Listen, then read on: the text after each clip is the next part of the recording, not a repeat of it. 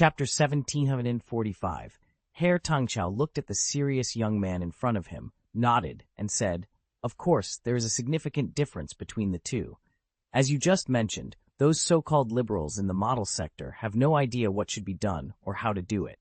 For them, autonomy is the end goal, not the beginning. This issue is prevalent among liberals across the galaxy." The New Republic is a prime example of this, Tang Xiao thought to himself.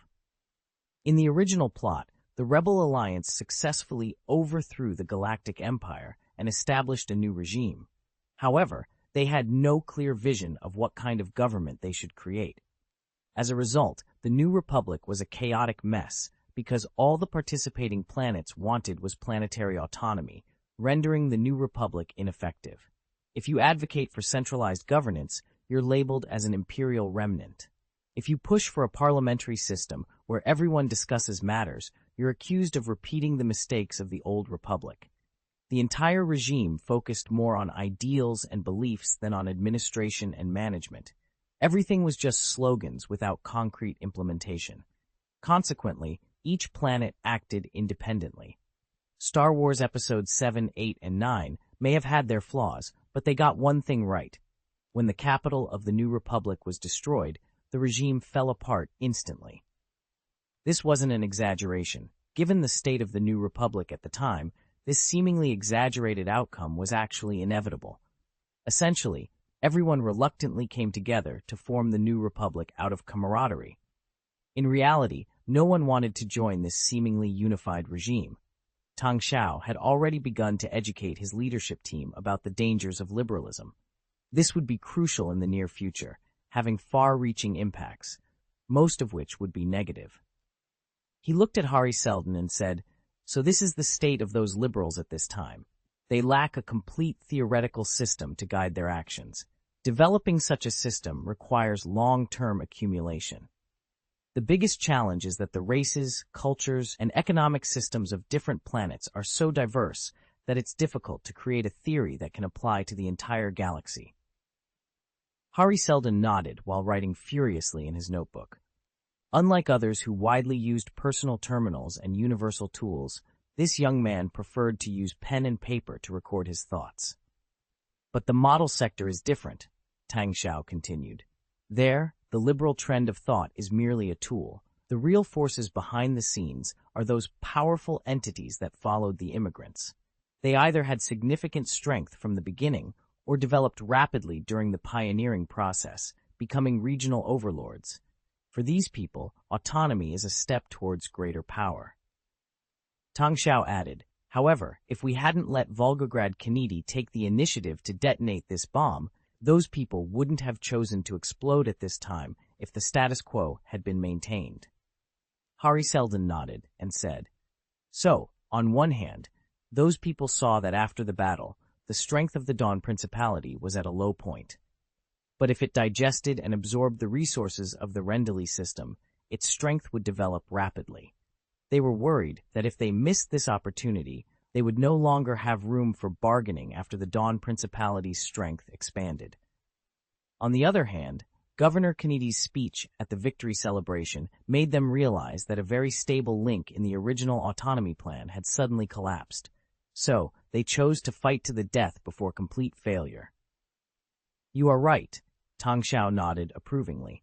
"So, we cannot use the situation in the model sector to judge what we are about to face. In the future, the more mature and hidden liberal thought trends will emerge. We must be prepared in many aspects to avoid being caught off guard later." Francis Underwood frowned slightly, feeling a bit sigh. He noticed that Tang Xiao seemed to be vigorously cultivating this young man named Hari Seldon. It was hard to imagine Tang Xiao being so patient in explaining and analyzing the political situation to a young man. Francis had watched Tang Xiao grow up and transform step by step with his own eyes.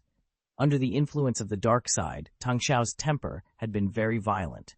Although Tang Xiao's dark side power had become much more restrained and his temper had changed significantly in recent years, it did not mean he was an easy person to get along with. It was hard to imagine that such a monarch, whose heart was shrouded in darkness and murder, would personally cultivate a young man. This was simply unbelievable, And yet, as the Prime Minister of the Dawn Principality, Francis would not compete with a young man. But the problem was that Tang Xiao had directly arranged for Hari Seldon to study under him. This was a very dangerous sign. Francis Underwood narrowed his eyes. He was just 63 years old this year, not an elderly person for the position of Prime Minister. With the current medical advancements in the Dawn Principality, he still had at least 30 years to be active in the political arena. But at this time, Tang Xiao seemed to be grooming a successor for the Prime Minister position. What did this mean? Was he threatening him? Suppressing him? Will liberal thoughts be our enemies in the future? Chief of General Staff Qi Jian asked. I think it shouldn't be the Galactic Empire that will cause them greater harm. The enemies of our enemies are our friends, right? Tang Xiao shook his head and replied, You have to understand that liberals are not a country, but a trend of thought. You cannot judge the behavior of these people based on a country's way of thinking. For liberals and even the later rebels, they only talk about ideas, not about politics or diplomacy. All entities whose ideas are inconsistent with theirs are enemies. So yes, we will also be targeted by the rebels. Qi Jian nodded thoughtfully. All right, Tang Xiao concluded, ending the meeting. The next actions in the model sector should be as low-key as possible. The effect of killing chickens to scare monkeys has been achieved. If we continue to expand the strike area and cause more killings, it may cause panic among the people of the Haven sector and the Sethwena sector. Therefore, the next focus will be on publicity and education. For the millions of political prisoners imprisoned on the planet Sinel, first block their news, then deal with it slowly. Yes, the attendees responded in unison. End of this chapter.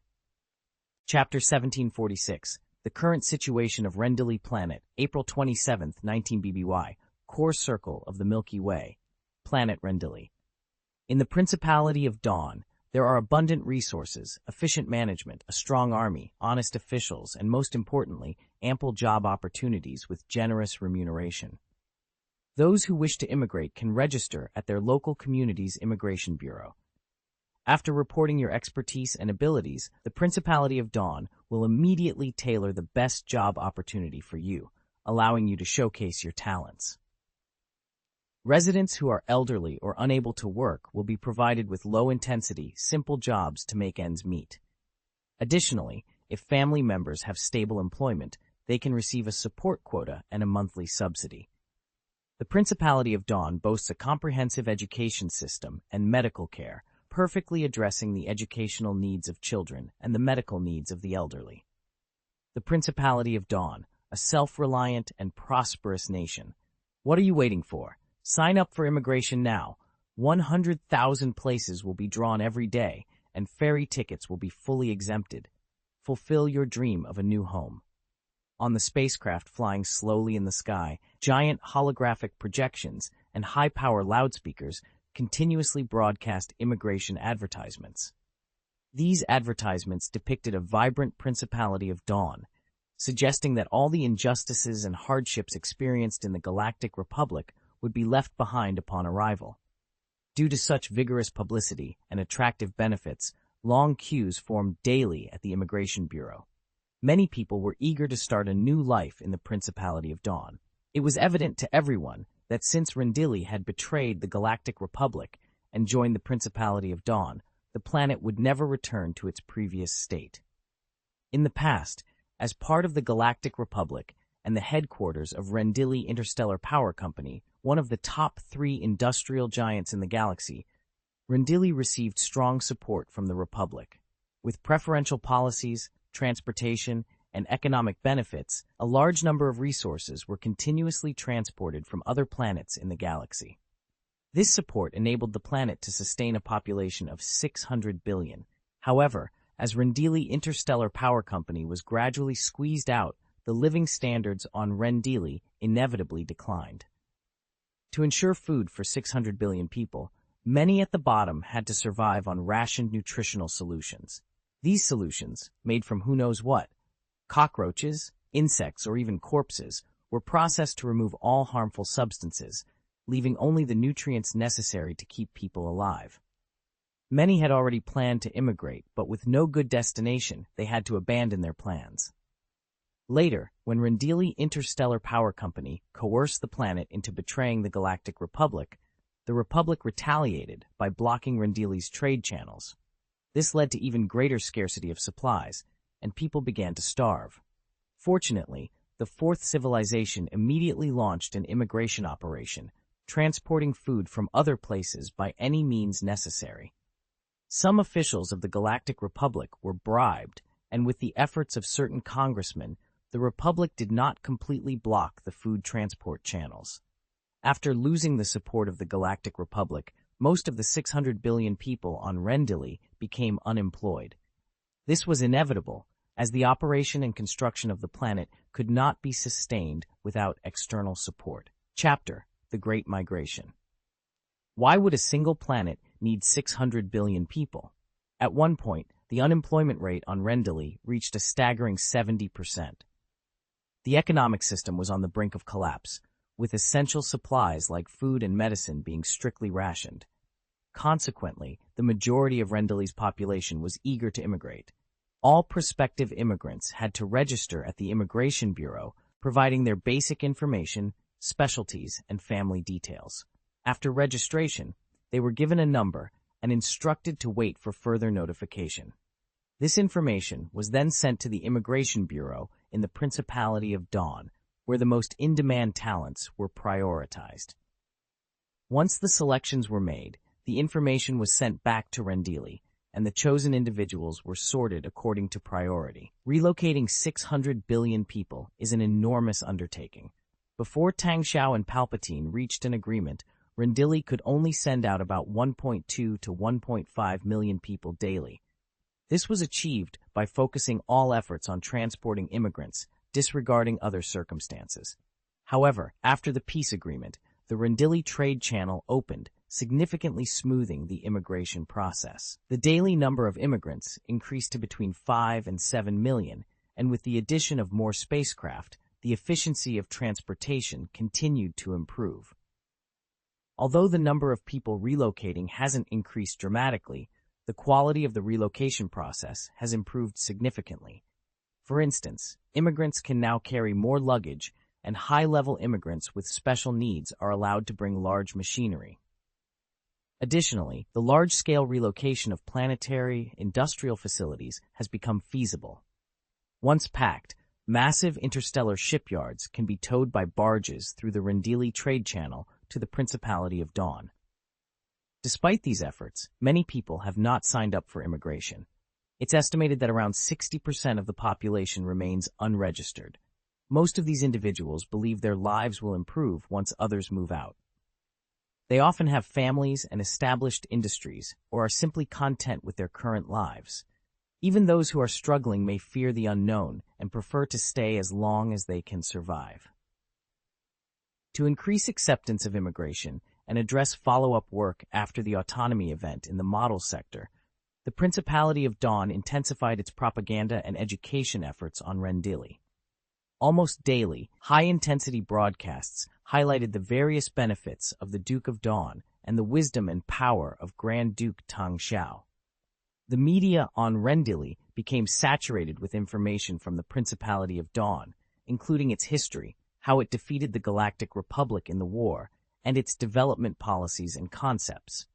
The goal was to ensure that the people of Rendili had a comprehensive understanding of the Principality of Dawn before immigrating, thereby increasing their acceptance and laying the foundation for further education at their new destination.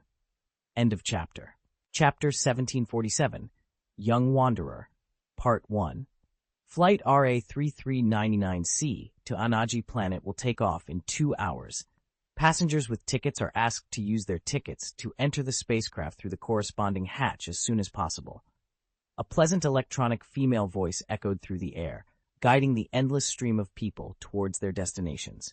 A young man, around 16 or 17 years old, tightened his windproof cloak and looked around warily. This was a massive spaceport. The name Hammer Harbor was displayed in a holographic projection above, and a large sign next to the port indicated that this spaceport was owned by Rendili Interstellar Power Company. The surroundings were crowded with people, most of whom were humans. Families dragged along their luggage, struggling to navigate the bustling spaceport. A large number of soldiers, holding electric batons and carrying blaster rifles, were maintaining order. To facilitate identification, these soldiers wore bright red fluorescent uniforms, making them easily visible. Seeing the soldiers, the young man felt a pang of nervousness. He clutched the boat ticket in his hand, his palms already soaked with sweat. After confirming that no one was paying attention to him, he lowered his head and walked forward along the passage. Holographic projections on both sides of the passage continuously played information about the Principality of Dawn, highlighting its customs, pristine environment, and numerous job opportunities for pioneers. Grand Duke Tang Xiao of Dawn is the leader of the Principality. The Principality of Dawn has developed and grown under his wise leadership. In the Principality of Dawn, everyone can get a chance. All of this is a gift from Grand Duke Tang Xiao. He gave us job opportunities, generous remuneration, and a warm home. When the young man heard Tang Xiao's name, he was visibly shaken. He raised his head and looked at the majestic Tang Xiao in military uniform in the projection, a trace of complicated emotions flashing in his eyes. At that moment, he suddenly frowned and raised his shoulders slightly. Almost simultaneously, a large hand reached out, attempting to push him, but it was in vain. A rough voice followed. "Can you please give way? It's already very crowded here. Don't stand there blocking the road." Oh, I'm sorry. The young man apologized quickly and looked behind him. It was a big man, nearly 2 meters tall, with a slightly hunched back due to his height. On his shoulders sat a pair of twin children, a boy and a girl, who looked about 4 or 5 years old. Strangely, there was no one else accompanying the big man. He was the only one carrying a huge backpack, and the 2 children. The young man didn't dwell on it, turning around and continuing to walk forward. The spaceport was incredibly crowded, with people almost everywhere. Looking up, apart from the vast hall, all that could be seen were the backs of countless heads. The air was filled with the smell of sweat, and the surroundings were a cacophony of conversations, noises, laughter, and crying. All kinds of people gathered here, bringing their families with them, preparing to start a new life in a new place. Despite the optimistic portrayal in the holographic projections, the current congestion level of the spaceport made it hard to associate it with a better future. All one could feel here was depression and helplessness. "Mom, I want to go home." "Are you sure there will be a job as an architect over there for you?" "Son, I'm old. You shouldn't carry me around with you as a burden." "Damn it, I left my hologame at home." "I heard that the Principality of Dawn defeated the Galactic Republic, so the channel could be opened. It's better to go there than stay here." As the young man moved forward, he listened to the conversations around him, each one a testament to the hopes and fears of those seeking a new beginning. The words of those around him reached his ears. He was much sharper than others, and naturally, these things could not escape his NSEs. But now, the numerous words and various emotions filled his mind, making him feel even more depressed. There were so many people that he couldn't move forward easily, so he could only advance in small steps. In the sky, a large number of drones were flying around. When these drones, driven by simple propeller structures, flew by, the strong winds made the air a little fresher. Locarin, a 9-year-old girl with blonde hair and wearing a red dress. Passengers who see this little girl are asked to report it to the nearest drone as soon as possible. Nutrient, nutritional supplements with peach and sweet orange flavors. Passengers in need, please raise your hand. The catering drone is at your service at any time. Passengers who have lost items should report it to the nearest drone immediately, and then search for your lost items on the lost items list. After review and confirmation, a cargo drone will deliver the items to you. We will charge a certain fee based on the weight of the items. A robbery has occurred in area T098. Armed drones, please arrive immediately. Various drones were flying around in the sky, cooperating with soldiers on the ground to maintain order. Following the crowd, we continued to move forward. Here, more than a dozen soldiers were dividing the crowd. The electromagnetic sliding channel on the left is already too crowded. If you have the strength to walk by yourself, Try to take the right channel." The soldiers waved the electric batons in their hands. Although there was no electricity, they obviously didn't bother to talk nonsense to these people. A soldier said loudly to the young man, "Go that way. Go that way. Those with good arms and legs can squeeze into the electromagnetic taxiing channel." "It's okay for me. I can walk on my own," said the big man with 2 children behind the young man proactively, and then followed him. The young man didn't say much. He avoided the soldiers pushing and continued to move forward. He saw bursts of light coming from the passage next to him from time to time, and then he saw a platform full of people gliding forward quickly. In a few seconds, they reached the other end of the passage, hundreds of meters away. This device, usually used to facilitate passage, could now only be used by the elderly, weak, sick, and disabled because there were too many people. It took a full 20 minutes to walk through this passage and arrive at a larger hall in front, where the view suddenly became clearer. Through the glass curtain wall, he could see an extremely huge spaceship docked in front. This spaceship was so enormous that you couldn't even see the end of it from this place. Looking up, if it weren't for the glass dome, you wouldn't be able to see the top of the spacecraft, which was at least 200 meters high.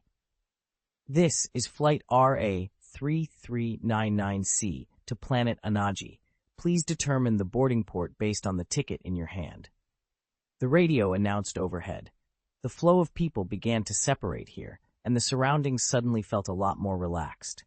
End of chapter. Chapter 1748, Young Wanderer, Part 2. The young man lowered his head and looked at his ticket. A line of numbers was displayed on the thin digital display, D532H06068. When he received the ticket, he knew it meant elevator number D5, 32nd floor, cabin H06, seat number 068. He looked up and saw dozens of elevators on the massive boarding platform, each marked with a number. Clutching his ticket, he walked towards elevator D5. Only by walking here could one truly appreciate the enormity of the spaceship. Elevator D5 was situated relatively far back, and it took him a full 10 minutes to reach it. A conservative estimate suggested that this colossal spacecraft was at least 1,000 meters long. However, unlike the awestruck expressions of those around him, the young man remained indifferent. He had seen such ships more than once, and had even ridden on 1,000-meter class giant ships before. For ordinary people, the opportunity to experience the grandeur of a 1,000-meter class giant ship was rare. The 300-meter-long AA-9 passenger spacecraft had been the largest passenger ship in the galaxy until now. Although kilometer-class giant ships had become almost synonymous with space warfare, they remained an industrial marvel that was difficult to achieve for the general populace. Standing before such a giant spacecraft, the sense of insignificance was overwhelming, as the length of the ship exceeded the limits of visual distance, making a person feel as small as an ant before an elephant. He entered elevator number D5, which was spacious enough to accommodate hundreds of people. However, this also meant that the elevator stopped on almost every floor, taking a full 10 minutes to reach the 32nd floor. Upon exiting the elevator, he saw a level ahead where 2 staff members, escorted by 4 heavily armed soldiers, were conducting final inspections and cross-examinations for everyone passing by. "Tickets," a staff member demanded, stretching out his hand. The young man felt a surge of nervousness, but had no choice but to hand over his ticket. He was uncertain if he would pass the inspection, as he was not an official resident of the Rendili planet. He had come here for personal reasons and felt it was unsafe, prompting him to seek passage on the immigrant ship. With a mindset of giving it a try, he had registered at a random immigration bureau center. To his surprise, a few days later, he was notified that he had passed the review and received a boat ticket. Despite this, he knew he was essentially a stowaway. Although he had passed the initial review, he feared that the Immigration Bureau might have conducted a more in-depth investigation and discovered his true status. If that were the case, not only would he be unable to leave, but he might also be exposed. The young man regretted his impulsiveness, but felt he had no other choice.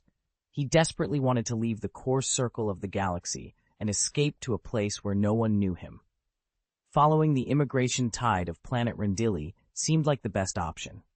Hey, boy, what's wrong with your ticket? A stern voice from the staff jolted him. The young man looked up suddenly, his hand involuntarily touching the backpack on his back. Had he been found out? Feeling uneasy, he glanced at the 4 fully armed soldiers nearby and began calculating his chances of successfully escaping. If you wet the ticket, it may cause a short circuit. This is not a strong thing, the staff member said impatiently, holding up the ticket that was damp with his sweat. I'm sorry, I just drank water. Just, the young man stammered, quickly explaining. He breathed a sigh of relief and let go of his backpack. That's enough. Let's check. Name? The staff member interrupted impatiently. Carl, the young man replied. The young man replied softly, Your surname is missing from your identity registration. It must be filled in now. Name? The staff member asked again. Carl Kestis. The young man said, providing his full name. Specialty, mechanical maintenance. What level of mechanic are you? I don't have a mechanic's certificate, but I have 3 years of experience in cargo spacecraft maintenance, Carl Kestis explained. The staff member asked a few more questions, cross-referenced the information with the data scan from the ticket, and then waved his hand. You are hired by a machinery workshop. It is a subsidiary of the United Mining Group. You are lucky. They mainly handle the maintenance of mining machinery. I can do it. Carl Kestis nodded. Go over there and scan for the security check, the staff member instructed. Carl quickly walked to the other side, where a device above his head emitted a green light, scanning him several times from top to bottom. During the scan, Carl became nervous and involuntarily touched his backpack. He knew there was something inside that must not be discovered. Although he had taken measures to fool most scanners, he was unsure if these scanners were more advanced. Fortunately, the worst did not happen. The soldier standing next to the scanning device waved his hand. Get on the ship quickly. I don't know what you people are thinking, bringing so many clothes. Carl quickly lowered his head and walked towards the passage ahead. In the glass corridor, he could see rows of passages outside, connecting the huge spaceport square to the equally massive spaceship. People were constantly passing through hundreds of passages simultaneously, entering the spacecraft. Carl Kestis walked through the passage and stepped into the extremely thick metal door of the spacecraft. Following the instructions inside the hatch, he walked forward for more than 100 meters before he saw a gate marked with the letter H. Entering the gate, he found another row of cabins inside and located cabin number 06. There were about 80 seats inside, arranged on 3 levels. The seats could be folded down to be used as narrow beds. At the other end, there was a very large cabinet, about 1 meter square, which could hold a lot of luggage. At this point, Carl Kestis breathed a sigh of relief and sat down in his seat, number 68. However, he did not put his backpack into the box. Instead, he discarded the pillow on the seat, placed the backpack under his head, reclined the seat, and lay down. Staring at the unfamiliar ceiling and the strangers around him, he felt a sense of desolation. From that day on, he had gone from one hell to another. Now the future was uncertain, and he had no idea where his destiny lay. The spacecraft had already taken off and flew out of the atmosphere with a tremor. Immediately afterward, the windows were shrouded in countless bright bands of light as the spacecraft entered the hyperspace channel, heading to its destination, the model sector, Anaji's planet. End of chapter. Chapter Stir 1749, The Lundilli Robbery, Part 1. At the Rendili planet spaceport, a colossal passenger spacecraft ascended into the sky, propelled by an immensely powerful airflow. Its massive frame dwarfed all surrounding passenger ships. Even the AA-9 class spacecraft, previously the largest passenger vessel in the galaxy, seemed minuscule in comparison. The Whale-class passenger spacecraft measured 1,150 meters in length and 240 meters in height. Its structure resembled a rectangular parallelepiped with a prominent hump. This behemoth could accommodate up to 50,000 passengers and stored enough nutrients to sustain them for 10 days. Equipped with 8 tractor beams primarily used for cargo supply, these beams could also serve as a means of self-defense in emergencies. The design of this spacecraft was a masterpiece. It not only provided space for 50,000 passengers to lie down and store a significant amount of personal luggage, but it also addressed the essential needs of eating, drinking, and sleeping. The ship featured thousands of toilets, a complex yet efficient sewage treatment system, 8 canteens with rapid food distribution channels, excellent ventilation systems, and convenient garbage disposal systems. These amenities ensured that passengers could spend the 5-day journey from the Rendili system to the Inagi system in relative comfort. High-level hyperspace engines, which occupy substantial space and incur high costs, were not used in this civilian spacecraft. For instance, on the Imperial-class Star Destroyer, a full quarter of the space is dedicated to the L-produced A2B-type engine by Sinofleet Systems. Consequently, the Whale-class passenger spacecraft utilized a more general hyperspace engine. The designer of this marvel was Willix Blissix. At this moment, he stood on one of the towers of the spaceport, gazing up at the Whale class as it gradually disappeared from view. A long-lost smile finally graced his face. "Well done, Willix. The Whale class's first official operation was a perfect success," a colleague beside him praised. "I just heard from the Immigration Bureau that the investment in the Whale class will double our immigration efficiency." People from Lundili Interstellar Power Company also mentioned that all the interstellar shipyards here are now starting to build Whale-class ships. The cost of this spacecraft is not significant, just 26 million credits per unit, mainly for basic raw materials. "You are truly a genius, Willix. Without you, we wouldn't have been able to design and build such an excellent passenger spacecraft," another colleague added sincerely. A round of applause erupted. Willix Blissix turned around to see dozens of colleagues in the tower control center standing and applauding warmly. Their sincerity was evident, with not a hint of jealousy. They all knew the immense effort Willix had invested in designing and building the Whale-class passenger spacecraft.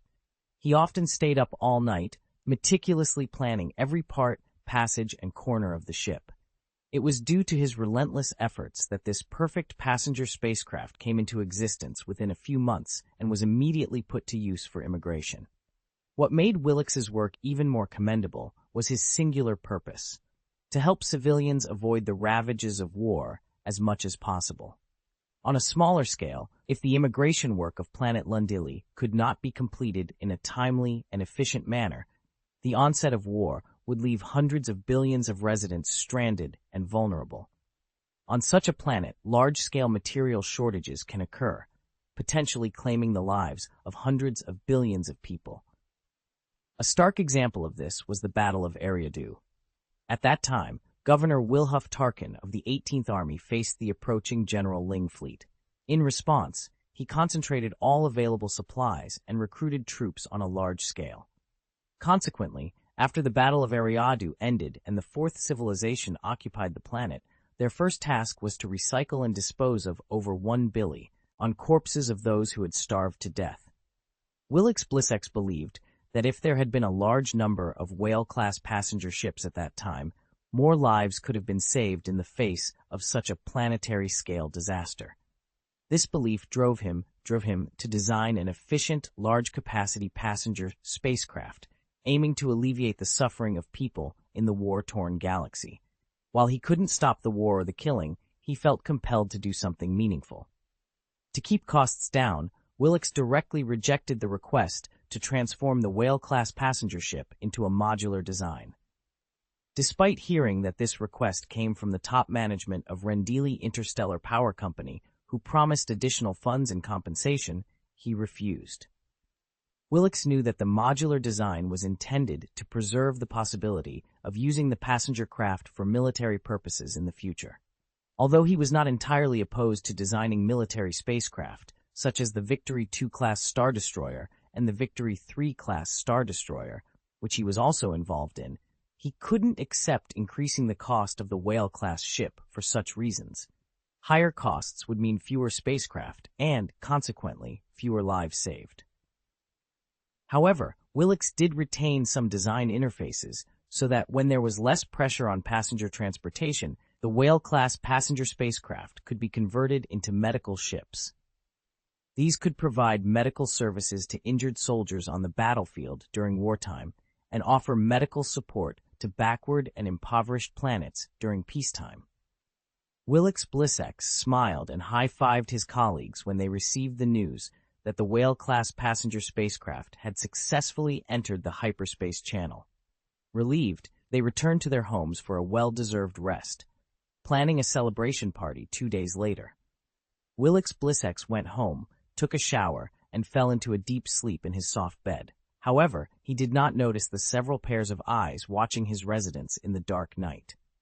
Very good, the target has gone to sleep. Group 1, reconfirm the situation of the surrounding hidden sentries, whispered a person holding a telescope in a civilian building more than 300 meters away, checking Willix's situation and communicating commands. There are secret bodyguards, but not many, only 3, and their mental state is very relaxed, came the response. Don't do anything yet. Group 2, has the surveillance system been cut off? Chapter 1750, The Lundilli Robbery, Part 2.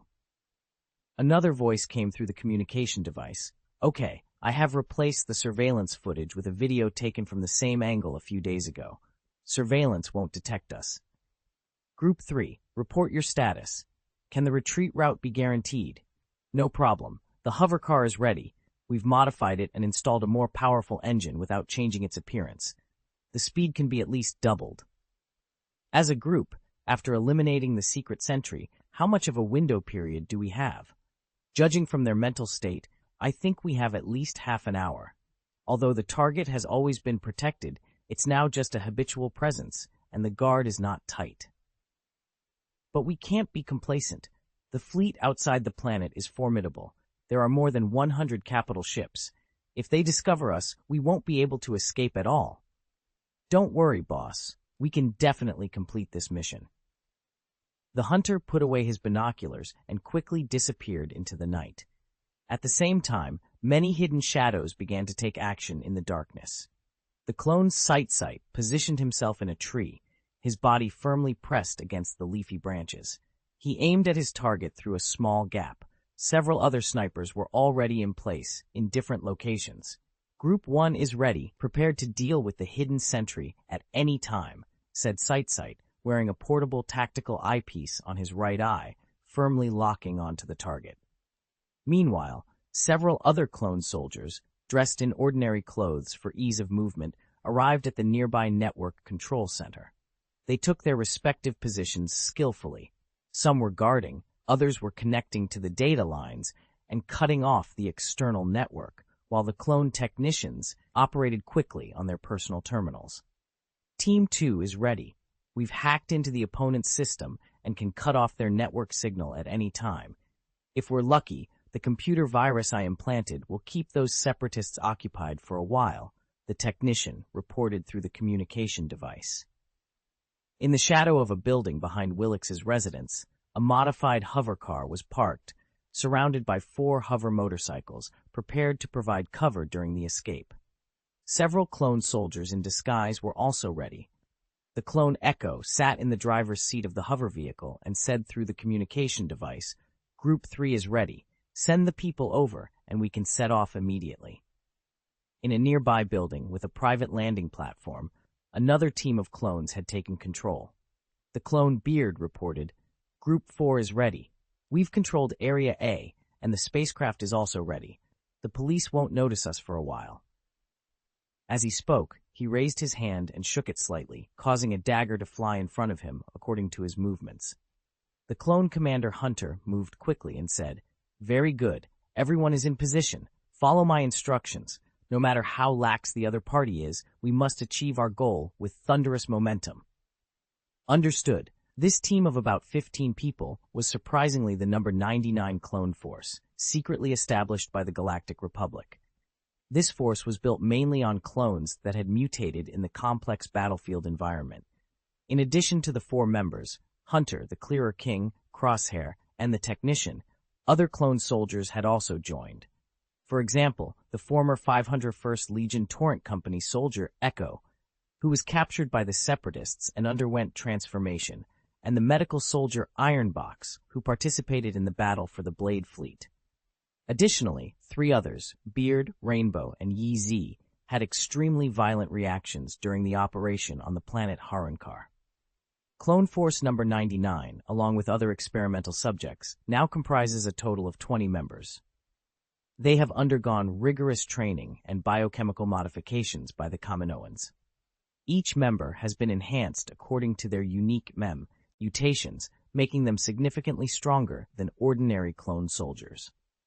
Initially, Clone Force number 99 was trained under the guidance of Master Shakti. However, after the issuance of Order 66, which turned the Jedi into wanted criminals overnight, their training was overseen by different individuals. The biochips implanted in their brains were also affected by Order 66. Due to their mutations, the impact of the biochips was greatly diminished. Anakin Skywalker issued Order 66, and Echo and Crosshair, who were led by him, accepted this reality without hesitation. Crosshair was always meticulous about following orders from superiors, and Echo had previously served under Anakin, making it easy for them to comply. After much deliberation at the base, Hunter and the others decided to continue serving the military. However, they expressed their unwillingness to participate in the hunt for Jedi Knights. Since their physical transformations were not yet complete, they were kept in hiding. Following the establishment of the Galactic Empire, despite their lingering doubts, they naturally became part of the Empire and served it. The reorganization of the Galactic Republic into the Galactic Empire was a political matter, and from a legal standpoint, Palpatine's process was legitimate. As soldiers, they could not concern themselves with politics. To fulfill Lila Blissex's request, Governor Dun Wessex of the Ninth Army mobilized Clone Force number 99 from their training. As a trusted confidant of Emperor Palpatine, Dun Wessex's political status rose after the formation of the Galactic Empire, making him a powerful figure in the Imperial military. His authority allowed him to deploy Clone Force number 99 without issue. This elite secret force of clones, whose journey diverged from the original plot, began their mission. They exploited the reopening of the Rendili trade channel, which saw a large influx of spaceships to the planet Rendili. The planet was bustling with activity due to the influx of immigrants and the relocation of the interstellar shipyard. Amidst the chaos, and with the help of some technical means, they managed to infiltrate smoothly.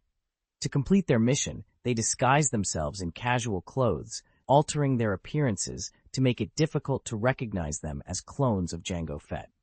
After a period of investigation and surveillance, Unit 99 pinpointed the location of Willix Blissex. Now they were ready to take action. Chapter 1751, The Lundili Robbery, Part 2. Action! The hunter ordered. In an instant, he and 3 other warriors slipped into Willix Blissex's mansion like shadows. The team, led by Crosshair, moved with precision, each member targeting their assigned objective. For this mission, they had equipped themselves with silent sniper rifles to avoid the telltale flash of energy weapons that could alert others. Puff!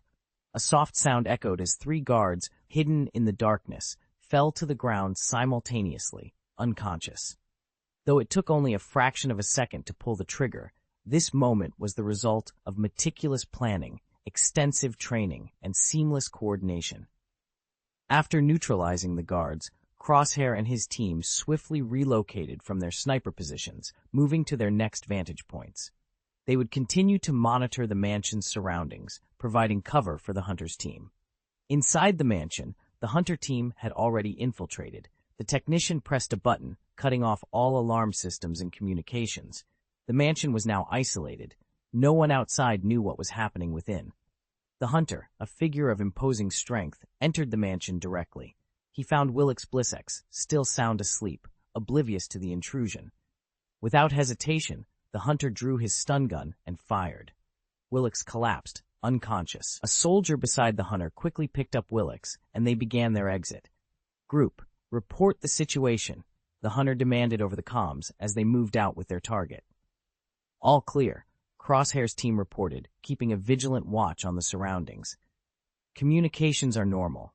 We have 15 minutes until the next scheduled check-in from the secret post, the technician replied calmly. Group 3, let's move. The hunter team carried Willix to the waiting vehicle, securing him in the back seat. They armed themselves, ready to respond to any threat. Let's go. Echo, the driver, started the hover car, merging into the flow of traffic and heading towards their spacecraft. 3 other soldiers followed closely on hoverbikes, forming a protective escort. The plan went smoothly. Let's evacuate. Crosshair and the technician teams headed to their prearranged vehicles, making their way towards the spacecraft. Suddenly, an unexpected development occurred. The technician, monitoring the mansion's surveillance, shouted, "No, someone's at Willix's house!" Several of Willix's colleagues had arrived, laughing and carrying a bottle of fine wine. They rang the doorbell. "They'll discover everything," a soldier exclaimed. "It's too late. Full speed ahead. We need to leave immediately," the hunter commanded. The hover cars and motorcycles accelerated to their maximum speeds, darting through the sky. Their reckless behavior caught the attention of the traffic police, who began pursuit on police hoverbikes. "Vehicles ahead, stop immediately for inspection," the traffic police ordered. The hunters ignored the command, continuing to accelerate. Meanwhile, Willix's colleagues, realizing something was amiss when their calls went unanswered, contacted the police. The authorities soon discovered the unconscious guards and Willix's absence, prompting a swift response. As an important figure, Willix's disappearance triggered a massive police mobilization. The chase was on. The army was dispatched. "Damn it, the situation has changed. Fire! Get rid of them!" the hunter shouted. The hover motorcycles guarding the hover car immediately spread out to both sides, maneuvering with exceptional skill to land behind the traffic police. They opened fire directly, unleashing a barrage of bright red beams from their blaster machine guns, instantly destroying the hoverbikes of the traffic policemen. But more pursuers were on their tail. Most of the pursuers were police officers, driving police hovercars and hover motorcycles in hot pursuit. However, the front sight and technician teams also drove hoverbikes, converging from 2 other directions and engaging in fierce exchanges of fire with the pursuers. The police were no match for these elite soldiers. Their driving skills were inferior, and they were quickly shot down. "They've deployed the Phantom Fighter and the Banshee Fighter," the technician reported, monitoring the communications. "These are stealth fighters. We don't stand a chance. We can't head directly to the spaceship. Land and get rid of them first," the hunter commanded. The soldiers of Clone Troop Number 99 immediately descended, jumped out of the car, and ran with the unconscious Willix towards the crowd. The pursuers arrived quickly, including police and soldiers from Rendili's security force. Fully armed, they chased after the group, causing panic among the crowd. People screamed and ran, making the scene even more chaotic. The hunters quickly blended with the fleeing crowd, then spread out and began hunting down the police and soldiers. Gunshots rang out from all directions. Even scattered, each soldier of Clone Force Number 99 was an invincible super soldier, far beyond the capabilities of ordinary people. They spread out in more than 10 directions, shooting and killing, throwing the chasing police and security forces into chaos. "Report the situation," the hunter demanded, hiding in a corner with Willix. "They haven't realized their communications are being monitored by me. I have a rough grasp of their deployment," the technician replied, quickly operating his personal terminal. "It seems the virus I implanted has taken effect. Watch this." He pressed a button, and almost all the police and security force soldiers using communications heard an extremely harsh sound of electricity in their earphones. The sound went straight into their brains, causing them to scream, remove their headphones, and throw away their helmets. Their communication channels descended into chaos.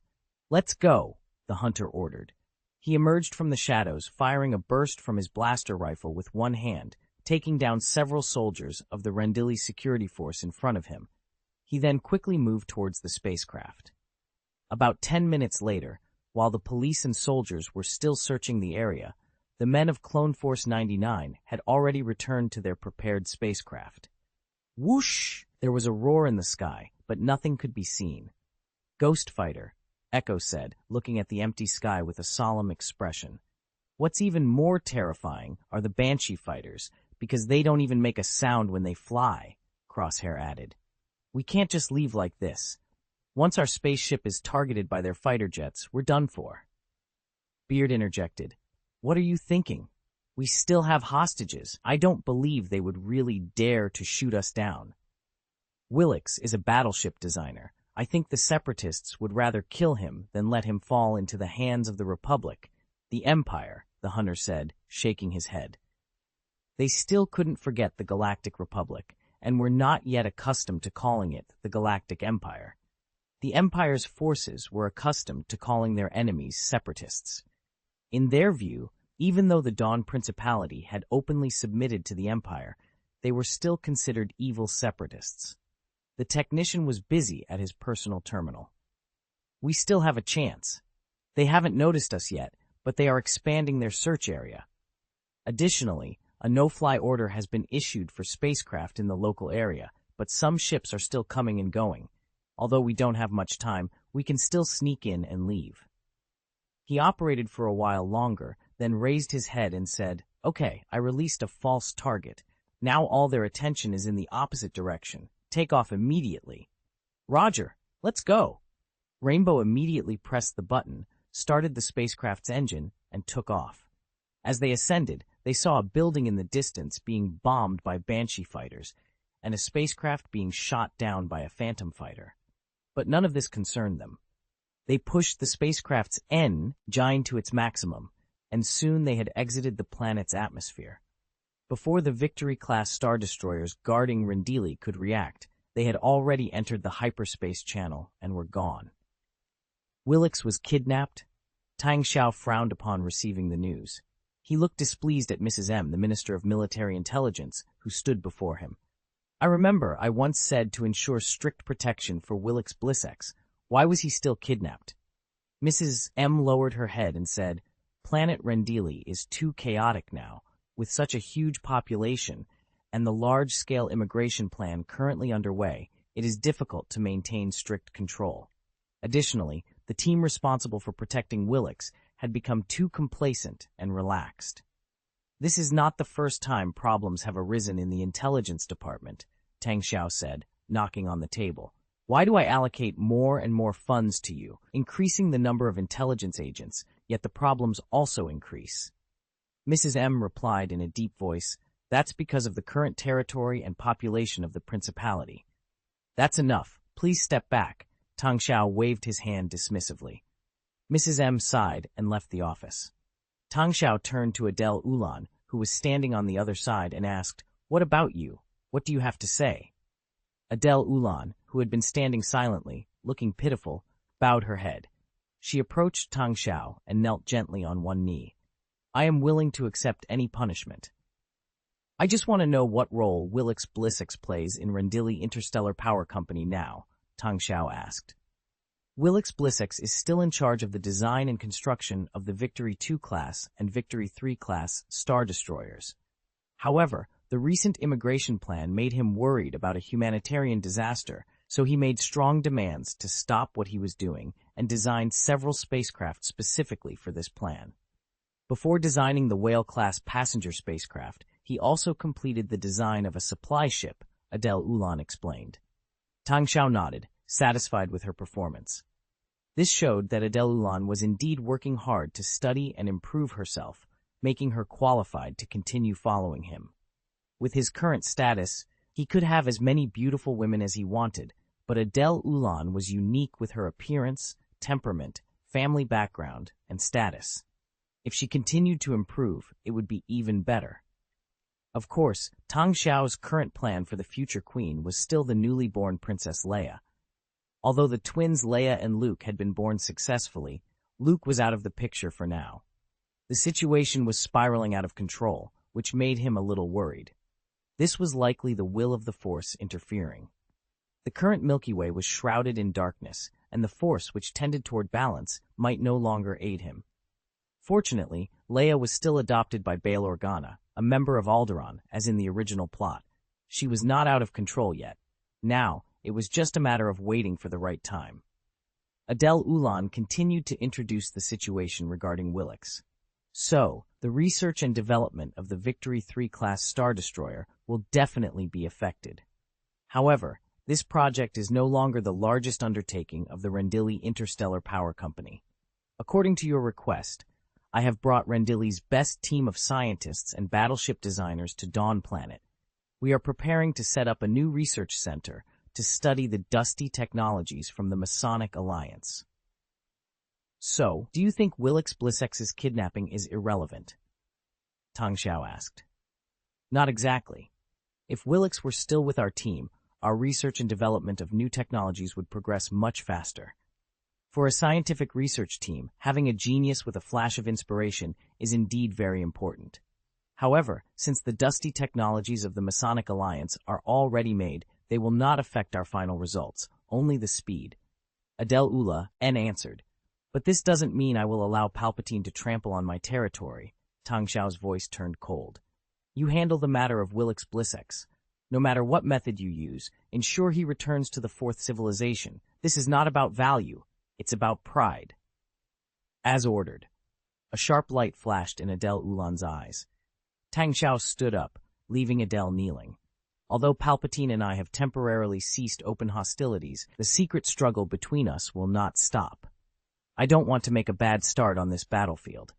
End of this chapter. Chapter 1752, Reorganization of the Intelligence Department, Part 1. After rejecting Adel Wulan, Tang Xiao stood alone in his office, closing his eyes and meditating. He realized that the Intelligence Department had recently begun to make a series of mistakes, and he needed to reflect on this issue.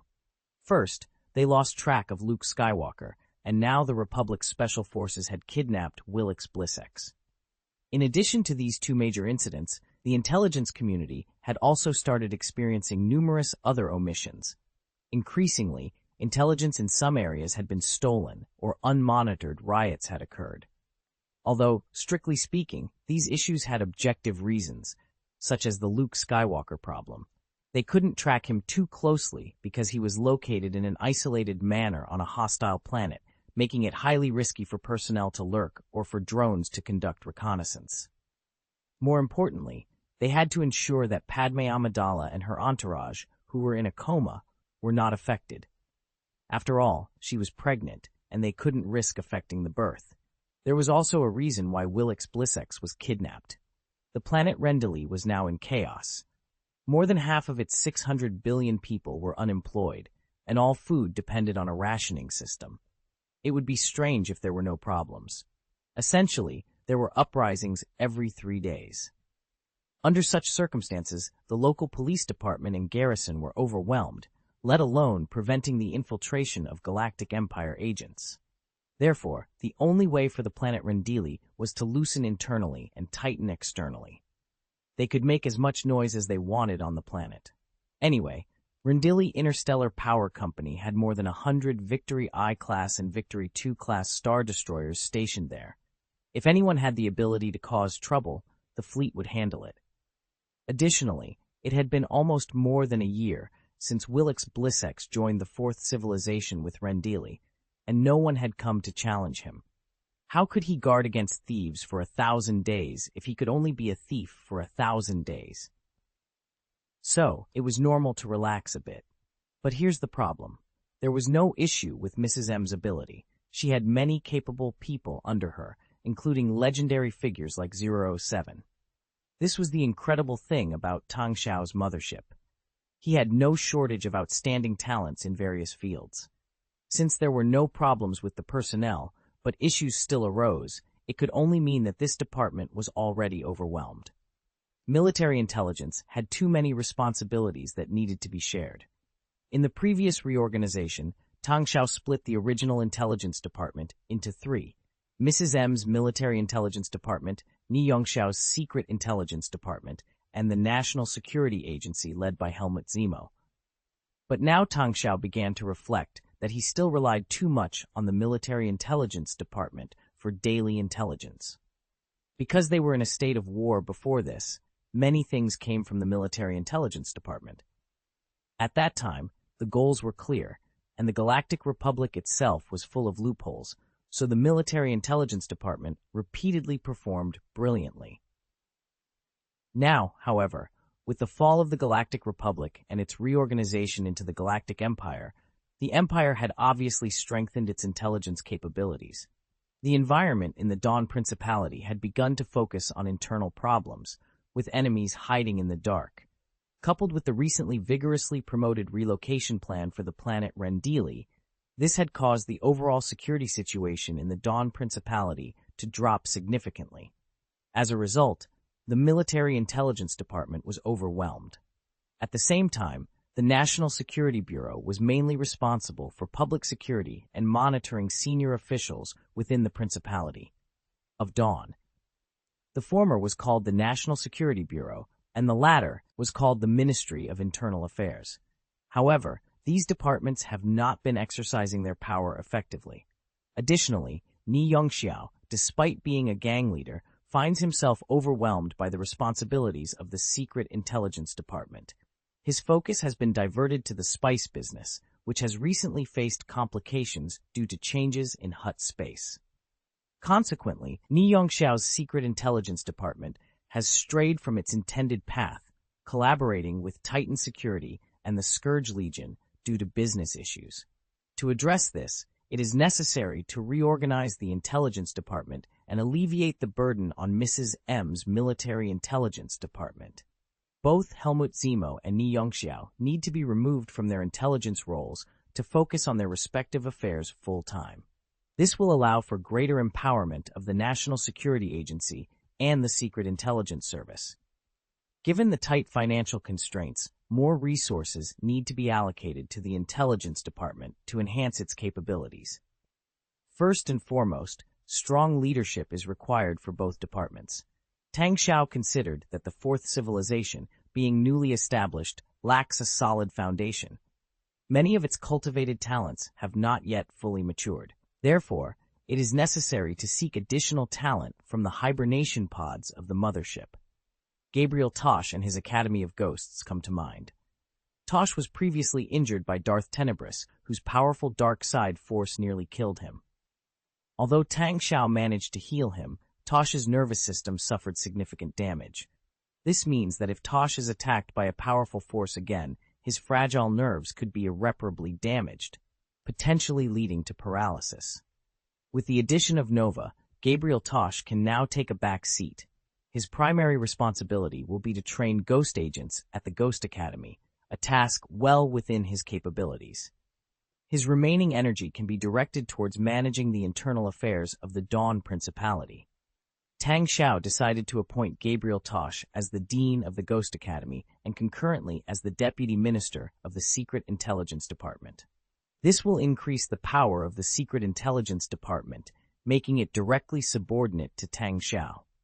The Ministry of Internal Affairs, originally part of the National Security Agency, will also be placed under the Secret Intelligence Department and directly subordinate to Tang Xiao.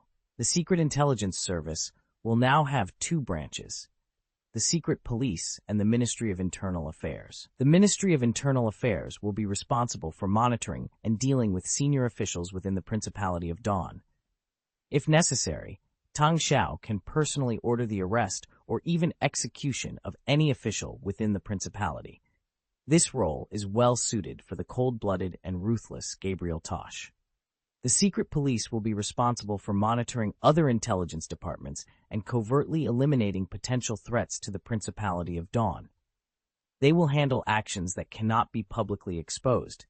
For instance, if someone is suspected of betrayal without concrete evidence, the secret police can take appropriate action.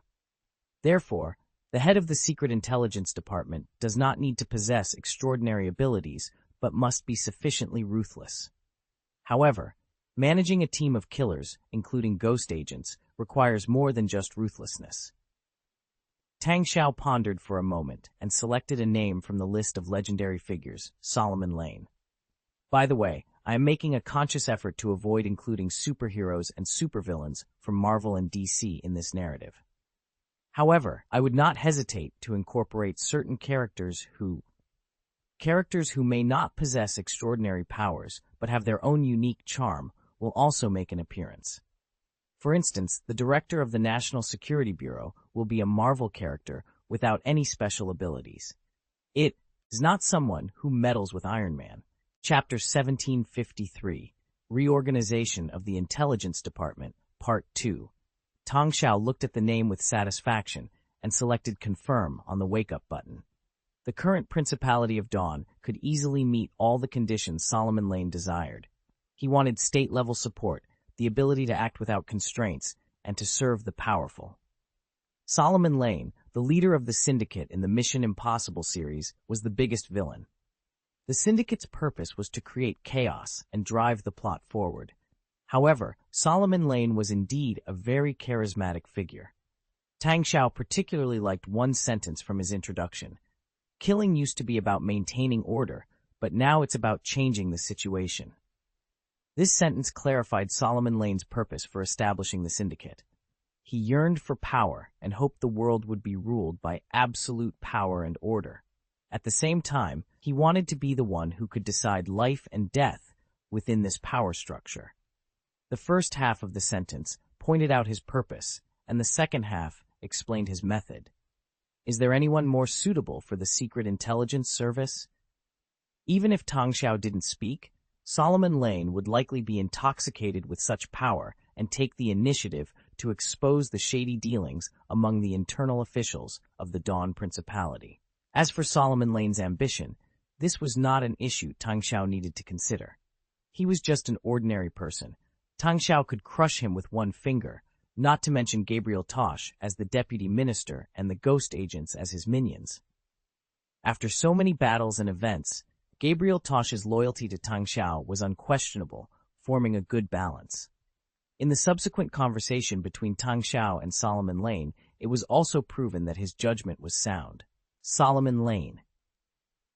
Tang Xiao sat on the sofa, looking at the middle-aged man in a suit, about 40 years old, with an elegant appearance, and said slowly.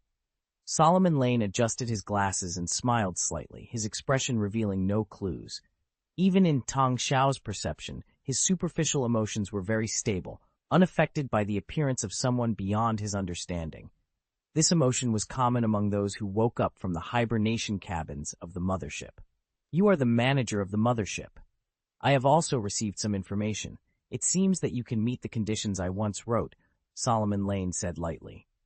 I am no longer the manager. You can call me Grand Duke Liming, Tang Xiao replied. There is no need to emphasize your status. Your Excellency Grand Duke Liming, Solomon Lane bowed slightly, expressing his compliance. Serving you is my premise. The only question is whether we can cooperate happily. During my research, I have learned a lot about the Galactic Empire, the Confederation of Independent Systems, and the Principality of Dawn. They are very grand. He straightened up and opened his hands. I can't wait to join an era like this. The strong are respected and strength is revered. Rule everything with power. Conquer the galaxy with iron blood. And what's even more wonderful is the Galactic Republic's destruction. The expression on his face became a little excited. It's just a pity that you thought of me too late, Your Excellency the Grand Duke. My only regret now is that I was unable to witness the fall of the false peace and false democracy to the order of power. Then, he bent down again, put one hand on his chest, and made a very formal gentleman's salute. So what do you need me to do, Your Majesty the Grand Duke? Help me maintain this order, Mr. Lane, Tang Xiao said, feeling endless ambition in his heart, which was also the best food for the dark side. Tang Xiao's excitement was palpable, and the smile on his face twisted into something almost ferocious. Help me maintain order in the Empire, he commanded, his voice forceful, and each word seemingly shouted. Not a principality, but an empire? Very good. This is exactly what I hope for, Solomon Lane responded. Tang Xiao stood up, no longer suppressing the power of his dark side. He walked over step by step, his entire being shrouded in a palpable dark energy, like a terrifying demon from hell. Under the weight of such power, even Solomon Lane, with his strong mental fortitude, couldn't help but retreat until his back was against the wall. Tang Xiao reached out and gently placed his hand on Lane's throat. His voice became low and menacing.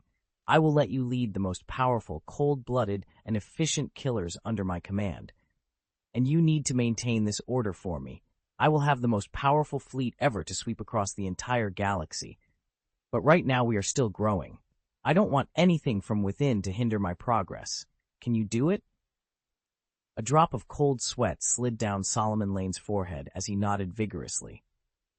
You will get everything you want. There are countless planets under our rule, and the wealth and resources are not worth mentioning. All I want is your loyalty and the order of the Empire. Tang Xiao's expression softened slightly. Very good, go to work. He instantly withdrew his power, patted Solomon Lane lightly on the shoulder, and said, "In a week, I hope to see your first internal affairs report, Mr. Lane." "As you wish." Grand Duke, Solomon Lane stammered, unable to hide his fear. After Solomon Lane left, Tang Xiao turned his attention to another person on his list of awakened characters.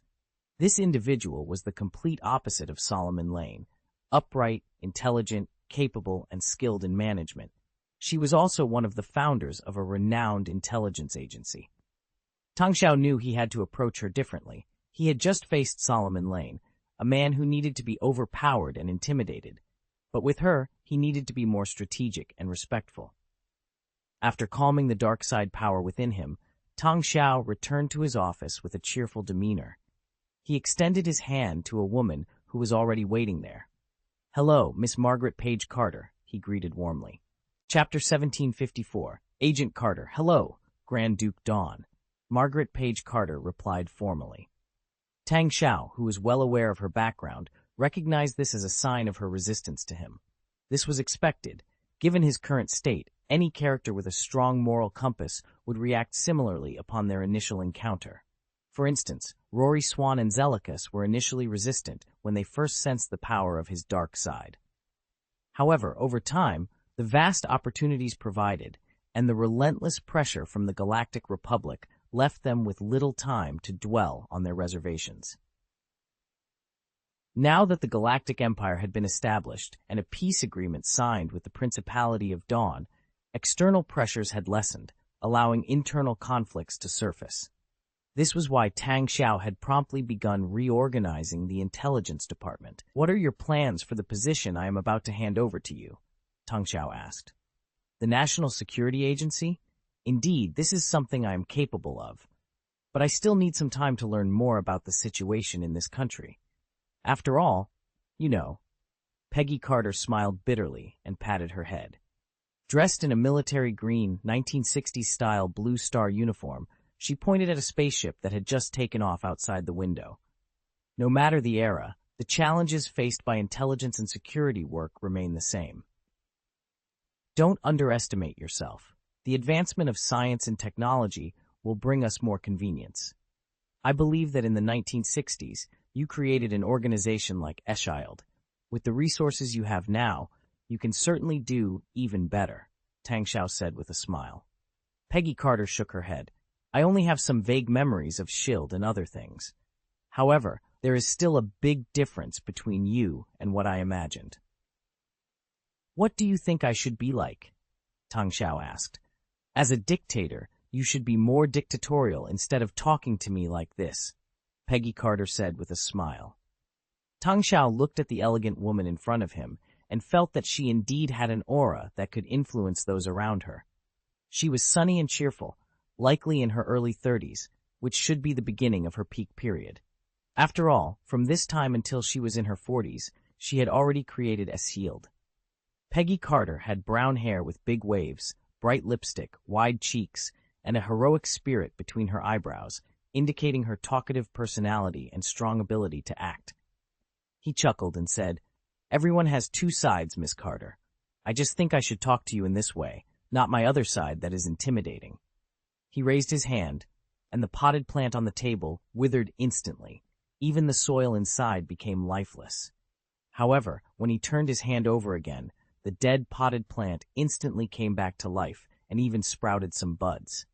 Peggy Carter looked at Tang Xiao's performance with some surprise, but her expression turned solemn and her words became fierce. "So, do you want me to help you maintain your dictatorship? If it were my other side, you would have learned a hard lesson for what you just said, Miss Carter.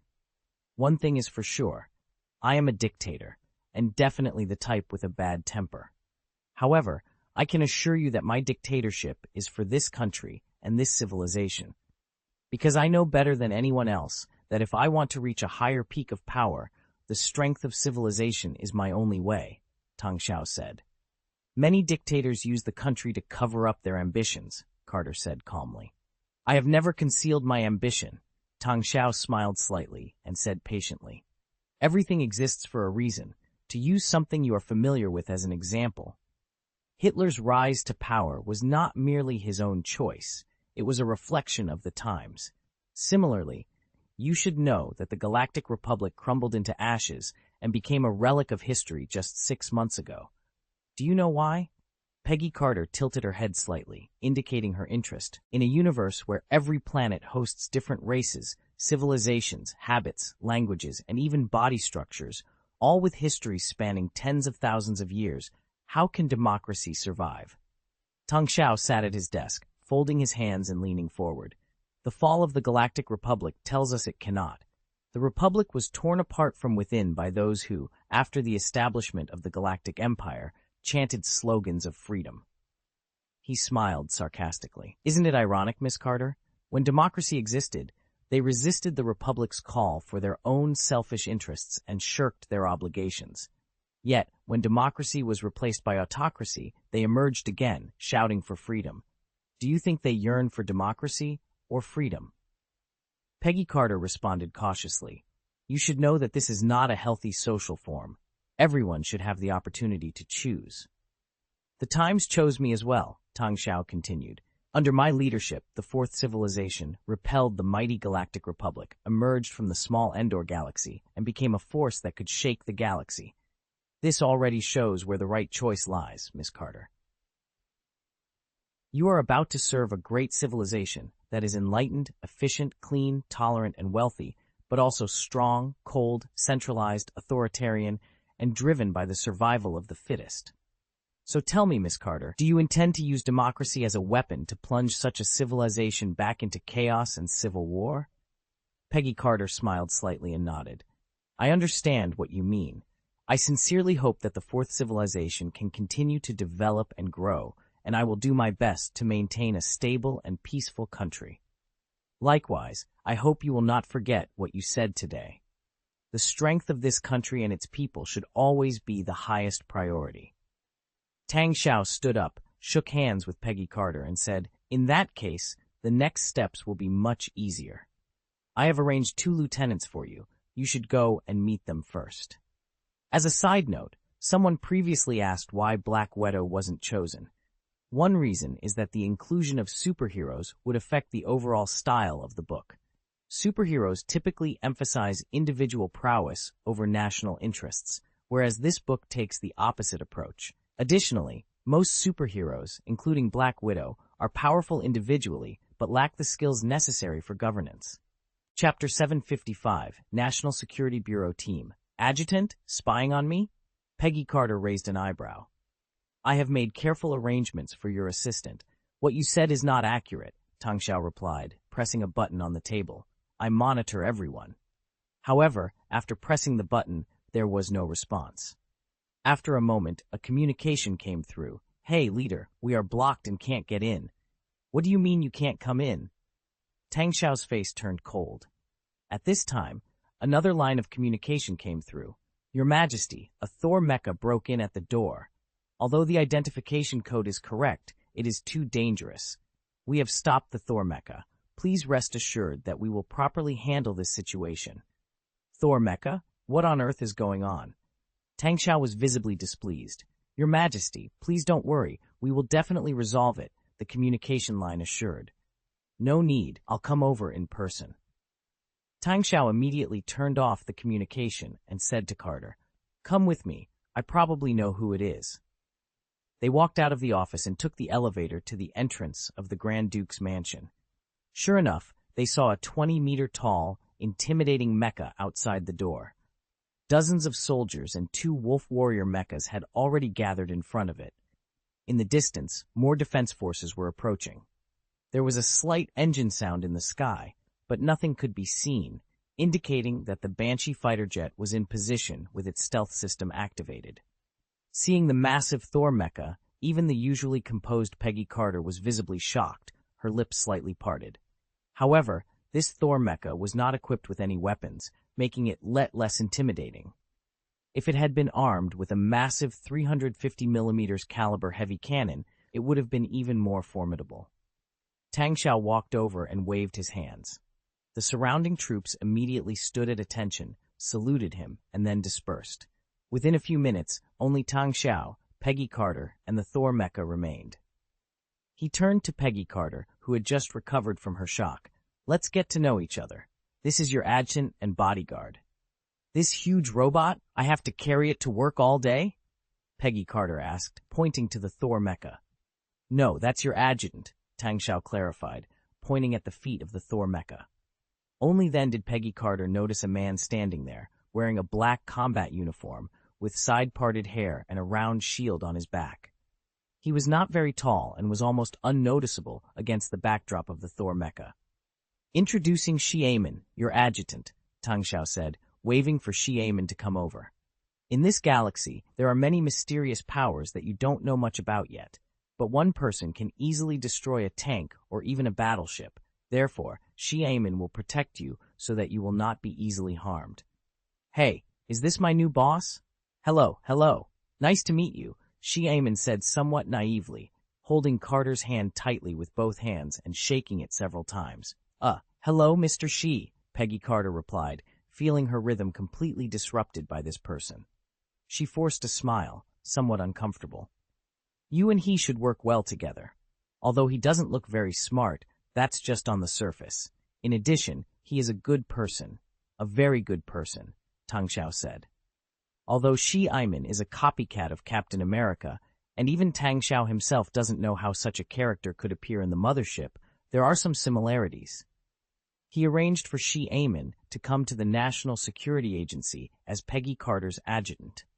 It was also out of this consideration that he hoped that sparks would fly between the two of them, like the original couple, and that no matter how bad things were, they could at least get along harmoniously. At the same time, the current military of the Fourth Civilization does not. Peggy Carter saw that Tang Xiao did not assign her a powerful and gloomy role, and she felt relieved. Her tone was noticeably more relaxed. Tang Xiao pointed at the Thor mecha and asked Xiamen, "What's going on with this thing?" Xiamen scratched the back of his head in embarrassment. "You know, it's that.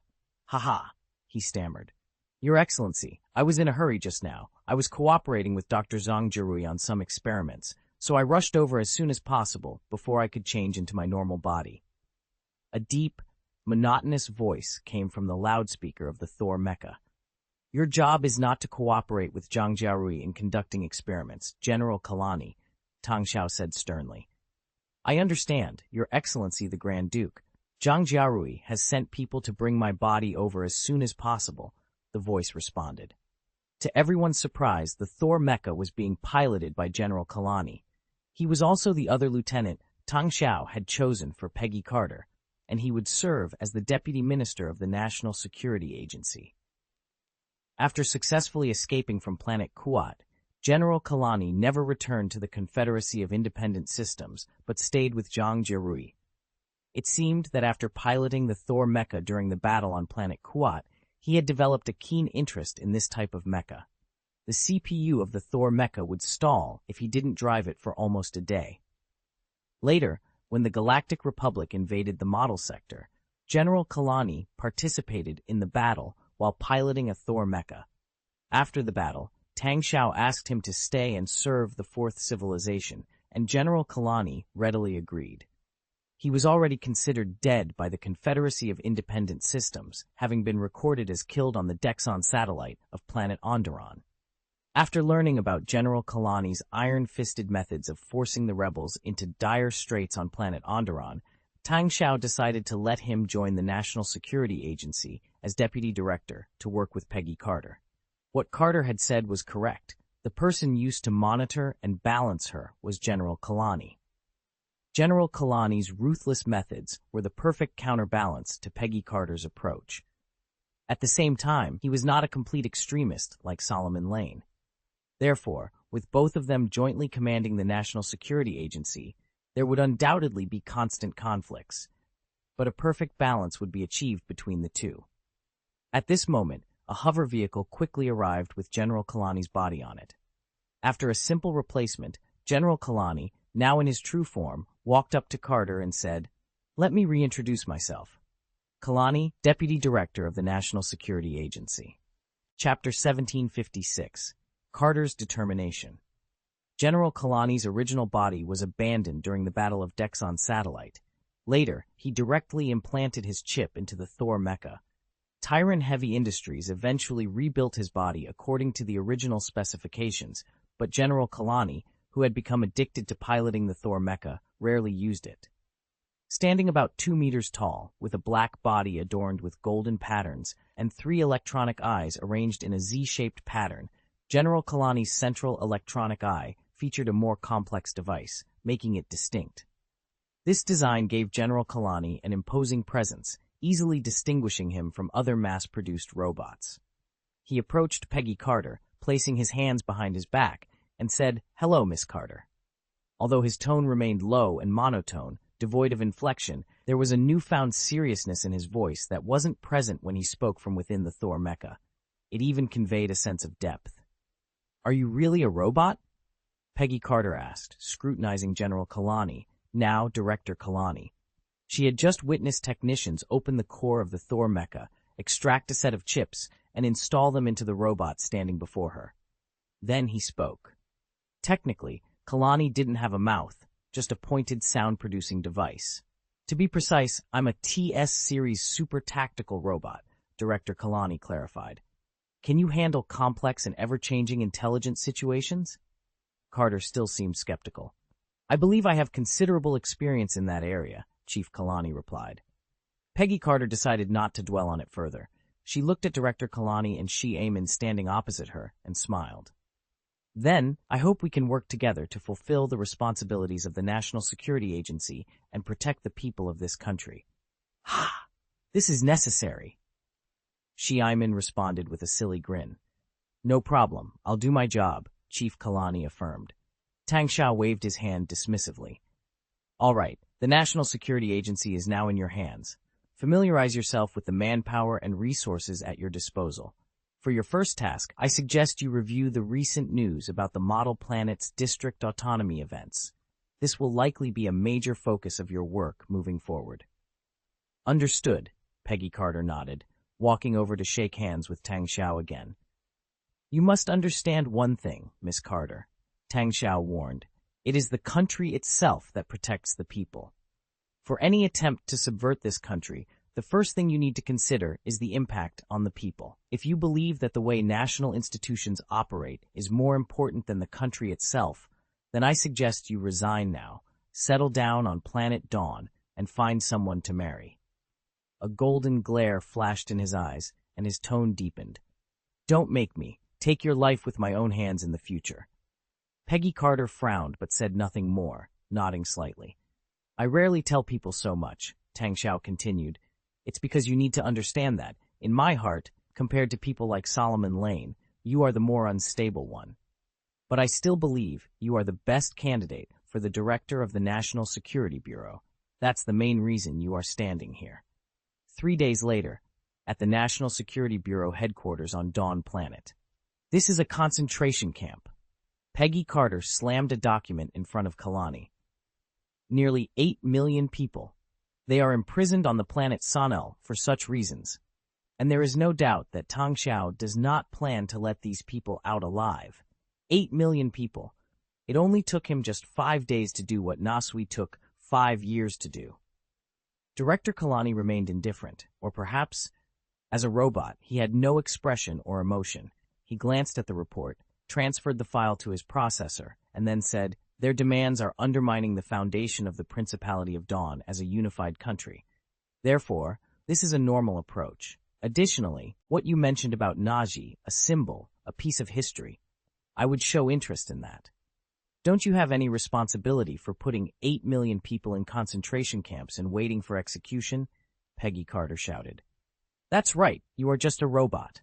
What flows in your body is gasoline and lubricant, not a drop of blood. The first thing I need to correct is that I am powered by a nuclear battery, which allows me to operate for more than 500 years. So I do not need primitive chemical fuels such as gasoline. Additionally, because the parts in my body use picometer-level processing technology, the coefficient of friction is very small, so no lubricant is needed," Director Kalani replied calmly. He pushed the documents back across the table and continued. If you think according to His Excellency the Grand Duke's perspective, what will be the result if these people continue to split in the model star sector? Peggy Carter took out an old-fashioned lighter and lit a cigarette. After taking a puff, she blew out a long column of smoke, looking irritated. Of course I know. Yes, of course I know. I just can't accept that 8 million people were killed like this. As the director of the National Security Bureau, the power to deal with these people is in your hands, Kalani said. No matter how you handle them, you must ensure that they will not cause any trouble to the Principality again. If you are unable to issue this order, then I can also do it for you. Sign an extermination order. Absolutely not. Impossible. Peggy Carter put out the cigarette butt in the ashtray. Xiamen, who had been silent, spoke up. Let them go to farm. Labor is the most glorious. He waved his fist seriously as he spoke. We don't have enough factories to keep each of these prisoners busy, and there are no mines on the Sonel planet, Director Kalani said. Reform through labor. Peggy Carter rubbed her temples. Use the most primitive manual methods to open up the fields and let them work with hose. This is the right thing. Face the Lois and back to the sky. Xiamen waved his fist again. As the deputy director, I must remind you, although this can solve the problem of labor reform and punishment for these people, it cannot be solved once and for all. Under normal circumstances, the Sonel planet can still guarantee this. However, once the planet is infiltrated by people with ulterior motives, these 8 million people become 8 million bombs, Kalani said. This is exactly what we, as the National Security Agency, must avoid, Peggy Carter said firmly. I will definitely carry out my work in my own way. I do not reject the necessary death penalty, but to respond to the trend of thought with terror and killing will only be counterproductive. I think this is not the result that Grand Duke Tang Xiao wants to see, Kalani said. If he gives this job to me, then I will give the answer in my own way. Peggy Carter was resolute. Chapter 1757, Young Wanderer, Part 2. Dear passengers, the RA-3399C spacecraft from the planet Rendili to the planet Anaji is about to arrive at its destination, the planet Anaji. We have exited the hyperspace lanes, entered the planet's gravity, and are now sailing with sublight conventional engines. It is estimated that we will arrive at the Anaji planet spaceport in 10 minutes. Please pack your luggage and disembark in an orderly manner without crowding. The sweet, synthesized female voice on the radio woke Carl Kestis from his sleep. He opened his eyes suddenly and instinctively checked his surroundings. Finding nothing amiss, he reluctantly relaxed. He checked the backpack he had used as a pillow to ensure no one had tampered with it, then stood up, put the backpack away, and took off his sweat-soaked clothes. Opening the zipper of the backpack, he found a few simple t-shirts. He took one out, smelled it, and, deciding the odor wasn't too strong, put it on. He gathered up a few more clothes hanging at the foot of the bed and stuffed them into his backpack. This whale-class passenger spacecraft could accommodate a full 50,000 passengers, but Carl Kestis felt that this trip was definitely overloaded, with at least 60,000 or even 70,000 people packed in. Although there was no shortage of food and drinking water, and the living conditions were passable, they were limited. Bathing services were non-existent unless one was willing to pay a considerable amount of money for the luxury. Most passengers, during this 6-day journey, could only wipe their bodies with a wet towel or, like Carl, keep changing clothes. After packing his things, Carl went to the porthole with his backpack. Many people had gathered there, all looking at the beautiful blue planet gradually approaching. He could also see more than 10 ghost fighters escorting their spaceship and some large warships in the distance. Ordinary people couldn't see clearly, but Carl Kestis, using the Force, could identify them as several Cole-class battlecruisers. He had not been on the battlefield, but he had received relevant military training and had boarded the Jaeger-class battlecruiser more than once. He also had some knowledge of the main battleship models on the Separatist side. The Cole-class battlecruiser, as one of the many battleship models in service on Dawn Planet, was naturally deeply imprinted in his mind. A very ridiculous feeling came to his heart, and Carl Kestis sighed. If it were before, if he saw several Cole-class battlecruisers, his first reaction would be to hit them with one shot. But that was back when the Jedi Order still existed. At this moment, a group of incomplete wreckage suddenly appeared in front of them. It was still clearly visible that it was a destroyed Jaeger-class battlecruiser, painted in the red and white stripes of the Galactic Republic Navy. After the establishment of the Galactic Empire, this painting had been abandoned in favor of an overall silver-gray scheme. At the same time, the sound of the radio rang out again. I believe you have also seen that we are passing through the debris area. Please don't panic. The spacecraft's shields can easily block the impact of debris. As everyone knows, 6 months ago, the evil Galactic Republic invaded our homeland but was repelled by the heroic Dawn Principality warriors. During that battle, more than 300 capital ships of the Galactic Republic were destroyed, and millions of soldiers were killed. The Principality of Dawn has proven with facts that we have enough power to defend our homeland. And the Galactic Empire had to sign a peace treaty with us because they also understood that the Principality of Dawn was invincible. The holographic projection began to play a large number of images, showing the aftermath of the battle and the strength of the Dawn Principality. During the battle, most of the footage depicted the destruction of the Jaeger-class battlecruiser.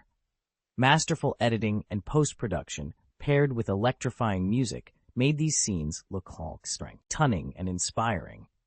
Some children even clapped and shouted in excitement, but their mouths were quickly covered by their frightened parents. After all, everyone here was an immigrant who had left their hometown. They lacked the most basic sense of security and were naturally unwilling to draw attention to themselves in such a public place.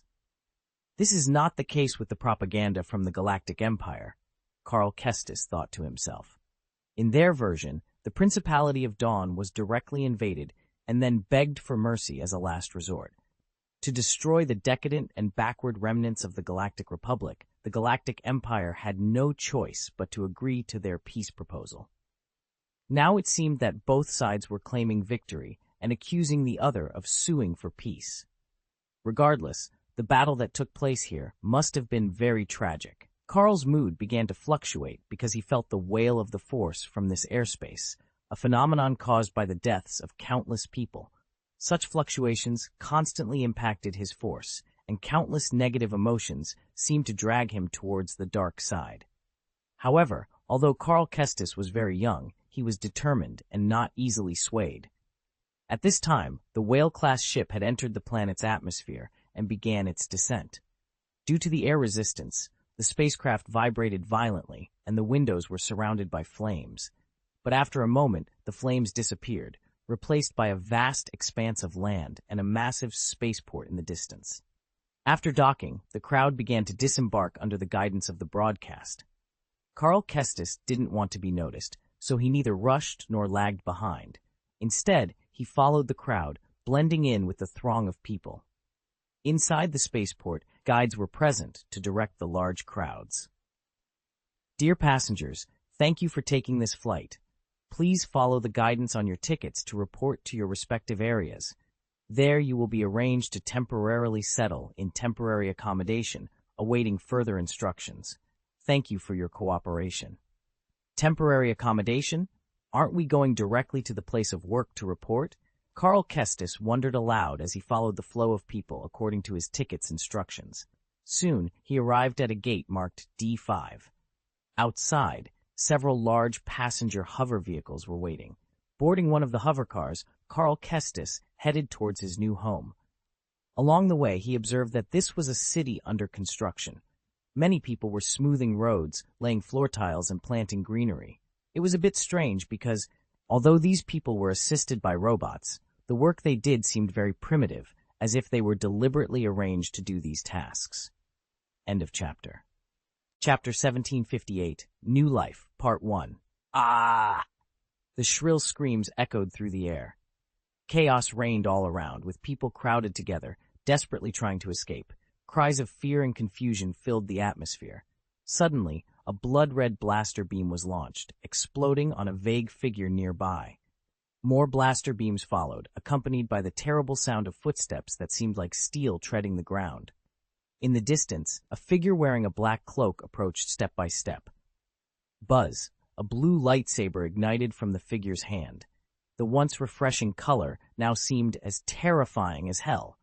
"Run, Carl, run!" a hysterical voice shouted. Hiss. Carl Kestis opened his eyes suddenly. Beep, beep, beep, beep, beep, beep, beep, beep, beep, beep, beep, beep. The sound of the electronic alarm clock blared at that moment. Carl took a long sigh of relief and looked at the unfamiliar ceiling. Countless thoughts flooded his mind, washing away the terrible memories of the scene he had just witnessed. He looked around. It was a small room, simple but very clean and new. There was a table, a chair, a bed, a cabinet, and a holographic projector in the room. "Is it going to start again?" Carl Kestis sighed. Sure enough, the holographic projector next to him automatically turned on, projecting a lush field of crops and farmers working with advanced agricultural machinery. Everyone's face was filled with smiles of happiness and satisfaction. The scene switched to a warm family. The farmer from before was now holding his 2 or 3 children, enjoying delicious and natural food and having fun together. Good morning, respected workers, enthusiastic pioneers of the Dawn Principality. Today is the 7th day of your short inspection period. After the next 63 days of pleasant labor, you will officially become a member of the Principality of Dawn and start your wonderful new life. Today, we will appreciate together the purely natural agricultural production system of the Principality of Liming. Carl Kestis ignored the noisy holographic projection, got up, washed briefly, put on a set of work clothes, opened the door, and walked out. Outside the door was a corridor, and many people wearing the same clothes as him had already walked out. However, their faces were not as happy and satisfied as in the holographic projection. On the contrary, their faces were full of numbness, confusion, and impatience. "I'm here to be a construction engineer, not a floor-laying worker," one person complained loudly. But it was no use. Despite his complaints, he kept walking towards the canteen. Carl Kestis sighed softly and followed the flow of people to a huge canteen. At the entrance, he received 2 bowls and a set of cutlery. He could choose between a knife and fork, a spoon, or 2 strange wooden sticks. Carl took a fork and approached the dining area. Breakfast was very simple, consisting of nutritional supplements. Depending on one's food intake, one could choose from 1 to 3 tubes, with 4 flavors available. There was also a piece of fried egg, with various sauces on the side to sprinkle on the egg. Carl chose a sauce made from minced red fruits. The spicy sensation in his mouth made his numb nerves more awake. He also received a bowl of seaweed soup, and that was all. But in Carl Kestis' opinion, this kind of breakfast was already very good. Natural foods like fried eggs and seaweed were simply not available on other planets with worse conditions. In many places, in addition to protein-synthesizing nutrients, civilians could only find highly compressed and highly fermented hard foods, which basically ensured they wouldn't starve to death. At least now, in the Principality of Dawn, the situation seemed to be very good. In fact, it was precisely because of this that many people who came here could endure the almost continuous brainwashing education every day and the boring life that was completely different from what was promised. That's right, take Carl Kestis, for example. Although Carl had been missed a job as a maintenance technician in a machine shop affiliated with the United Mining Group. However, after stepping off the spacecraft, he was quickly assigned to a labor camp without much explanation. This labor camp, oddly named Semi-Manual Skilled Workers, turned out to be quite literal. They spent half the day doing manual labor and the other half learning skills. Carl wondered if there were camps dedicated solely to labor or skill training. Looking around, Carl saw people everywhere and couldn't find an empty table. He decided to sit on the stairs, placing his seaweed soup in front of him and unscrewing a tube of pineapple-flavored nutritional supplement. Suddenly, a large shadow loomed over him. Without looking up, Carl greeted, "Hey, Furman, good morning." "Good morning, Carl," replied a towering man, nearly 2 meters tall, who sat down beside him. This was the same man Carl had encountered at the spaceport, the one with 2 children. Coincidentally, they ended up in the same labor camp and became friends. "How are you adjusting?" Furman asked thoughtfully. Despite his imposing size, he was considerate. Carl had learned from previous conversations that Furman was once an engineer at Corellia Engineering Company and was now hired as a mechanical maintenance worker. Carl smiled. I'm managing. Being alone everywhere, it's not about getting used to it. It's just that life here is different from what they promised. He gestured to the holographic projection nearby, which continuously played various brainwashing videos, including one of Grand Duke Tang Xiao promoting his own greatness. I heard some rumors. Not long ago, there was a riot in the Model Star sector, Furman said, squeezing a tube of nutrient supplement into his mouth. So now, all immigrants entering the Principality of Dawn must live in this temporary city for 2 months. There are as many as 10 such temporary cities on the planet Anaji alone. They're trying to break people's spirits, Carl remarked. You're right. Maybe that's exactly what Tang Xiao wants, Furman replied, finishing his omelet and reaching for another tube of nutritional supplements. How about your son? Is he settled? Carl asked. There's a nursery that takes care of them. I completed the procedures yesterday and sent them there, Furman replied. You'll see the same propaganda at the nursery, Carl pointed out, nodding towards Tang Xiao's image. I can't worry about that now, Furman said, finishing his breakfast quickly. Let's go. The shuttle has arrived. Carl had also finished his breakfast. They walked out together and boarded a passenger suspension vehicle. Breakfast time was strictly limited to 10 minutes. Exceeding this time resulted in punishment, which meant extending their inspection period in the temporary city. If the inspection period extended too long, they would be sent back, and for many, deportation meant homelessness. End of chapter. Chapter 1759, New Life, Part 2. Carl Kestis and Furman took a bus to a construction site on the outskirts of the city. Their task for the day was to continue erecting modular houses. Several construction workers from the Principality of Dawn were already on site, assigning tasks and distributing tools. Numerous construction robots were also present to assist in the work. Despite the robots' presence, much of the work had to be done manually, making the job more labor-intensive than necessary. Carl, Furman, and 3 others formed a makeshift team with the goal of finishing a modular house before lunch. Missing the meal, which was served until 2 o'clock in the afternoon, meant going hungry. Furman, a big man, could carry a modular component by himself and install it with the help of a construction robot. Meanwhile, Carl struggled to carry an accessory with another worker towards the stairs. It's so unlucky that I got a child today, the man opposite Carl complained. Grouping was temporary, and sometimes one ended up with weaker teammates, increasing the workload. It was a matter of luck, unless a few people signed up together to form a fixed team. I'm sorry, I will try my best, Carl said sincerely. He moved the components with all his strength. Using the force would have made the job easier, but he couldn't risk it. The chance of being discovered was high, especially since a powerful force user could sense it. The Duke of Dawn, Tang Xiao, frequently praised on holographic projections, was a very powerful Sith Lord. Carl observed that this temporary city was built bit by countless immigrants. When these immigrants moved to other planets after their expiration period, new immigrants would come and live in the parts of the city they had completed, continuing to expand the urban area. A very smart and efficient method, Carl thought, but at the same time, it treats people as tools rather than human beings. In my opinion, this kind of life is like being in a labor camp. Bantha shit, the man opposite Carl continued to complain. Re-education through labor? Carl asked, raising his head. In prison. The man glared at Carl angrily. Why do you think I came all the way to the model sector? Those hateful capitalists, hateful companies, they will use every way to squeeze our value, just like this. Carl was speechless and didn't know what to say. He continued working in silence.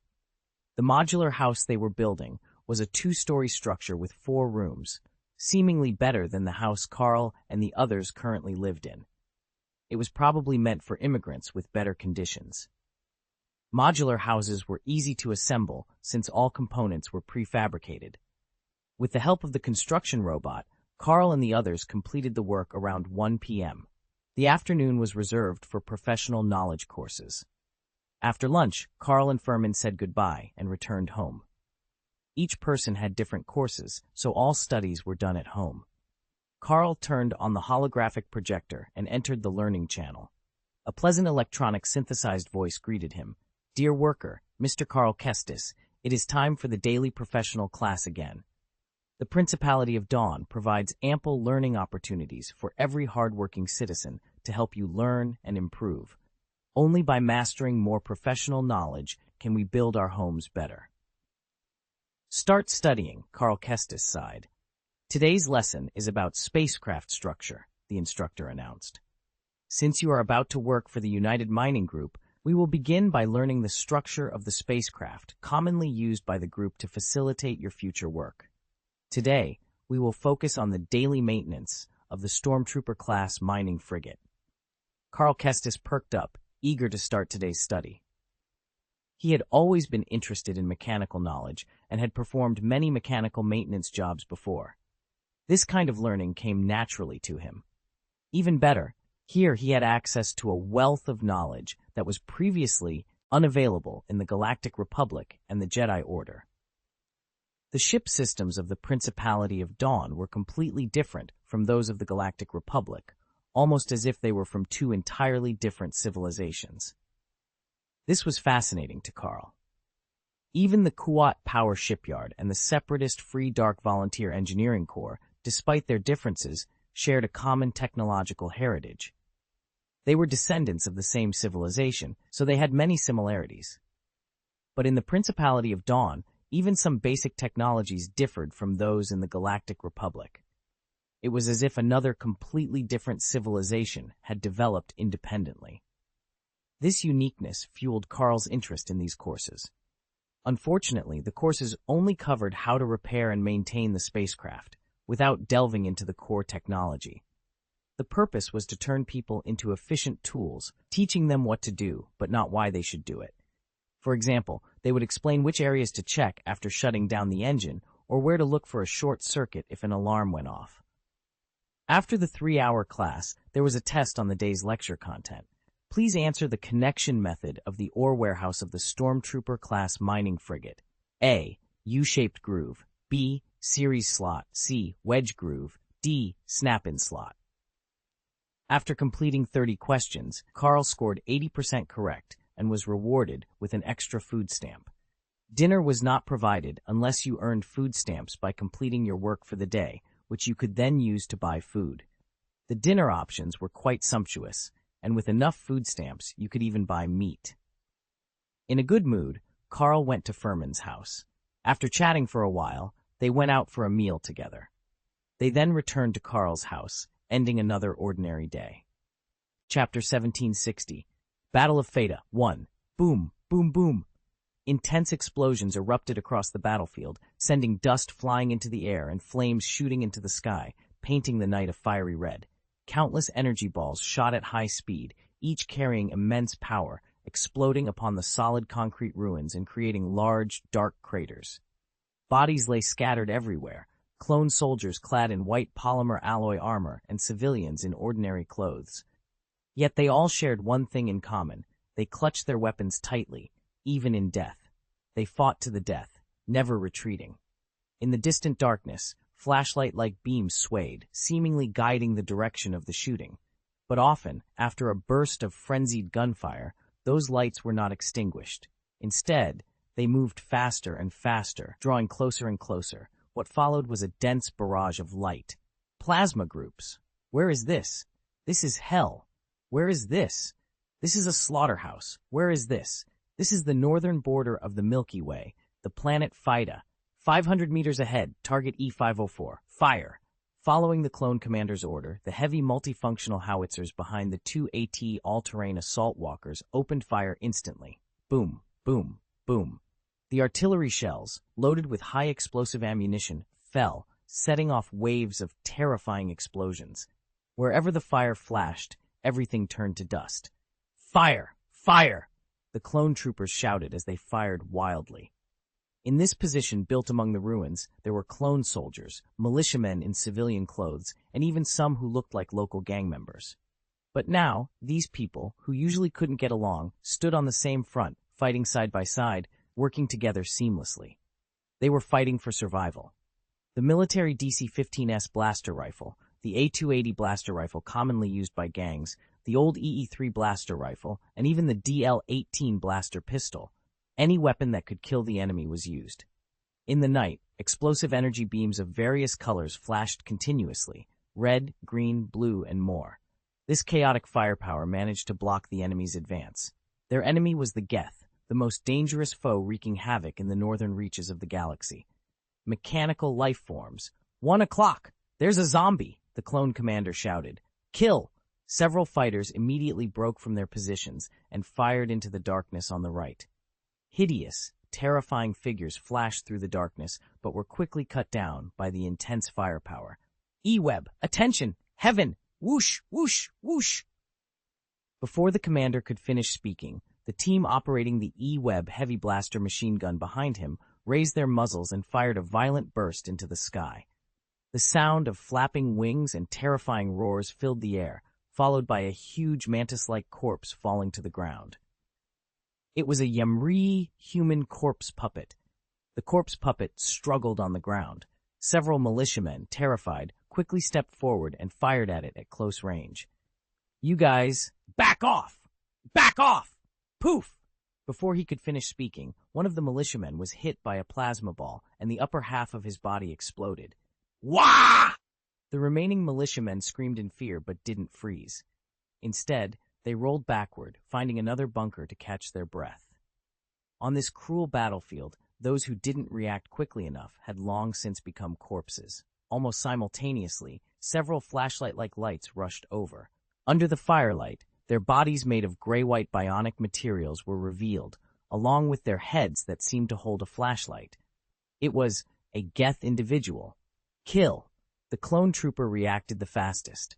He picked up his blaster rifle and fired a burst of rapid shots at the Geth. The Geth responded just as quickly, jumping and rolling to the side with extreme agility. However, the clone trooper's marksmanship was impeccable, and their shots covered the entire area. Eventually, the Geth were hit multiple times, collapsing to the ground and ceasing to move. Even the light from their flashlight heads went out. An ATE walker from behind took a few steps forward and used its front-mounted anti-infantry scatter blaster to unleash a fierce barrage of suppressive fire.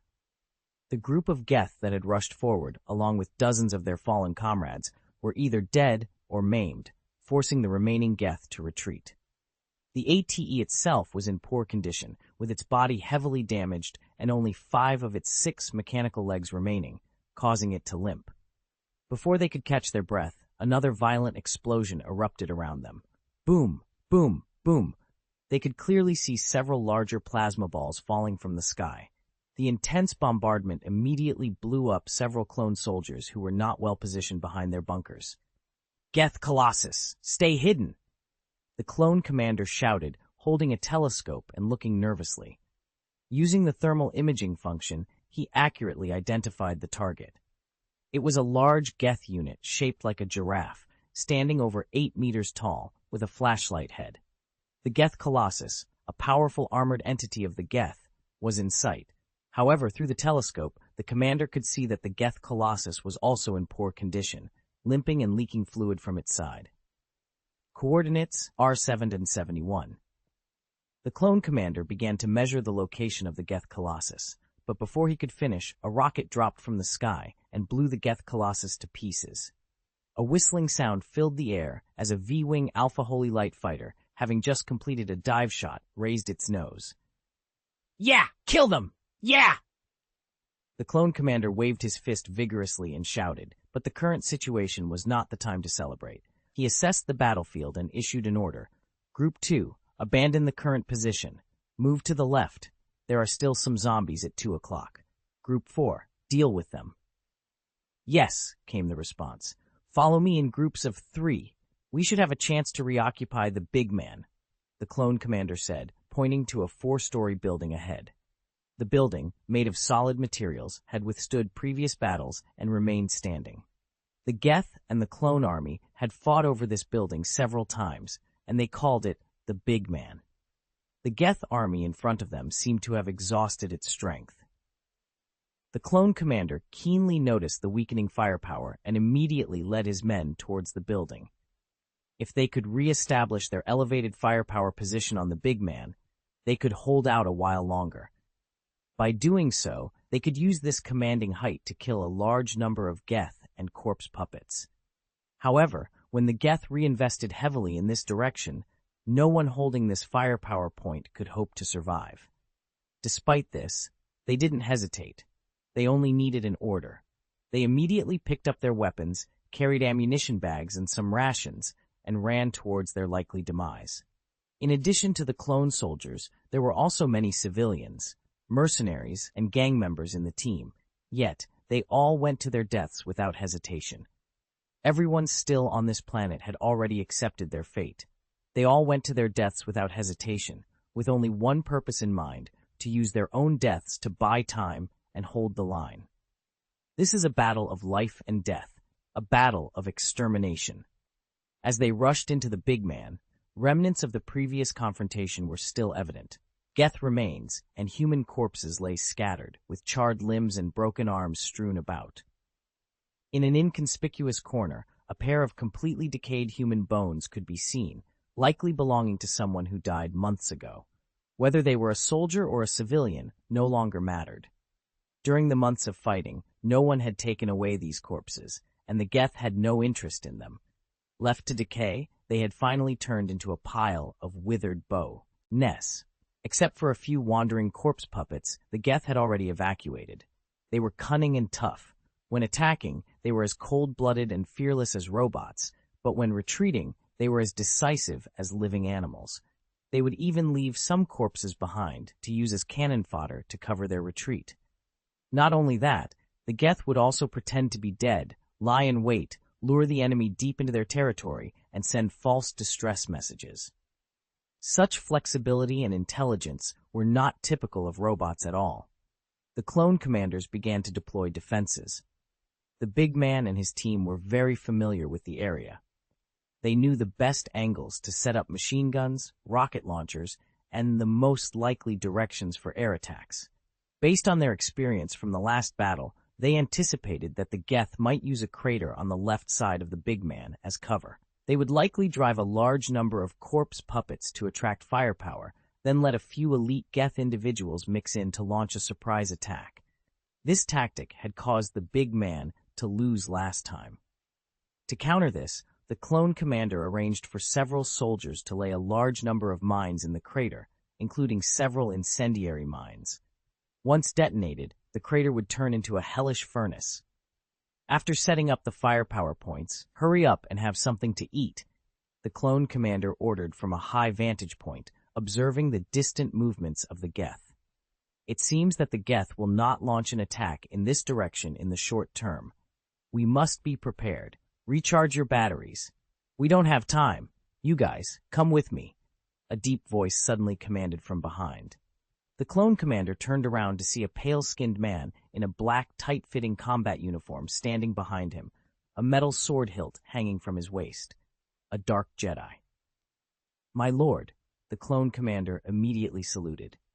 In the military, everyone now referred to these dark Jedi warriors as lords, and the relationship between them had become even stricter. Although they still fought side by side, their relationship was completely different from when they fought with the Jedi before. I have brought reinforcements and will launch a counterattack from this direction. Get your people ready to join me, the Dark Jedi ordered. Yes, the clone commander responded immediately. But Lord, we can continue fighting, but these militiamen, they are not in good condition. Can they stay in their positions? Didn't you hear me? You all must join my action. The Dark Jedi said impatiently. Yes! One of the militiamen stood up and said, Let me eat this compressed biscuit. Buzz! The blood-red lightsaber flashed, and the militiaman's head suddenly fell off. Let's go, the Dark Jedi commanded, shaking the double-headed lightsaber in his hand. He jumped off the building and walked forward. Downstairs, a company of clone troopers was already waiting, with 2 TX-130 Saber hover tanks ready to cooperate in combat. These 2 floating tanks took the lead and launched the assault. The TX-130 Saber tank was extremely fast and equipped with a deflector shield. Its 2 powerful laser cannons fired continuously, leading the charge into battle. The Dark Jedi warrior led the charge, clearing a path ahead. Wherever he passed, Both Geth and corpse puppets were blown to pieces. He followed closely behind, wielding a double-headed lightsaber. As he deflected plasma balls launched unexpectedly, he sliced through all the Geth that appeared in front of him. They advanced smoothly for more than 2 kilometers, though at least half of the militiamen participating in the battle had fallen behind. The Dark Jedi paid them no mind. He approached the remains of a destroyed Geth colossus, placed his hand on it, closed his eyes, and began to meditate. After a moment, he suddenly opened his eyes with a ferocious expression. Damn it! There should be a signal station nearby. If we destroy it, we can cut off their communication in this direction. B. Astard. Where is it? He looked around, but found nothing. The presence of these things in the Force is very weak, but I can feel them. They are nearby, communicating. Over there! The Dark Jedi suddenly sensed something. He raised his hand and sent a metal fragment flying like a bullet, smashing down a half-collapsed low wall with a bang. Behind the wall, the remains of a Geth were revealed, but nothing else. You bastard! Where's the signal station? The Dark Jedi warrior became furious. He took 2 steps forward and tore the Geth's remains to pieces with a few blows of his sword. Then his expression suddenly changed. Over there, I feel it! Following his gaze, I saw countless flashlight-like lights suddenly illuminating the darkness in that direction. Chapter 1761, Battle of Feda, 2. The prelude to the Battle of Feda starts from Chapter 1580 to Chapter 1595. No, it's an ambush, the Dark Jedi yelled, waving his lightsaber to deflect more than a dozen plasma cannonballs fired at him. The densely packed plasma clusters surrounding him had already explained everything. Take cover, the clone commander shouted, pushing a militiaman aside to help him avoid a fatal blow. The clone troopers' actions and reactions were impeccable.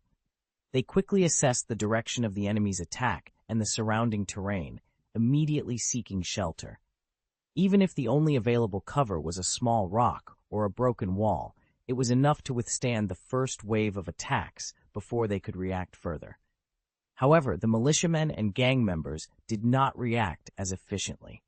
The moment the ambush began, they fired wildly in all directions, but were quickly overwhelmed by the intense firepower of the Geth. A few lucky ones instinctively dropped to the ground, but they didn't survive much longer. Corpse puppets rushed in from all directions, letting out hoarse screams. Their withered claws picked up the fallen militiamen and gang members, tearing them in half. The Dark Jedi, wielding a blood-red double-headed lightsaber, fought fiercely against the Geth ambush. His power was immense, and the anger from being ambushed only fueled his dark side force.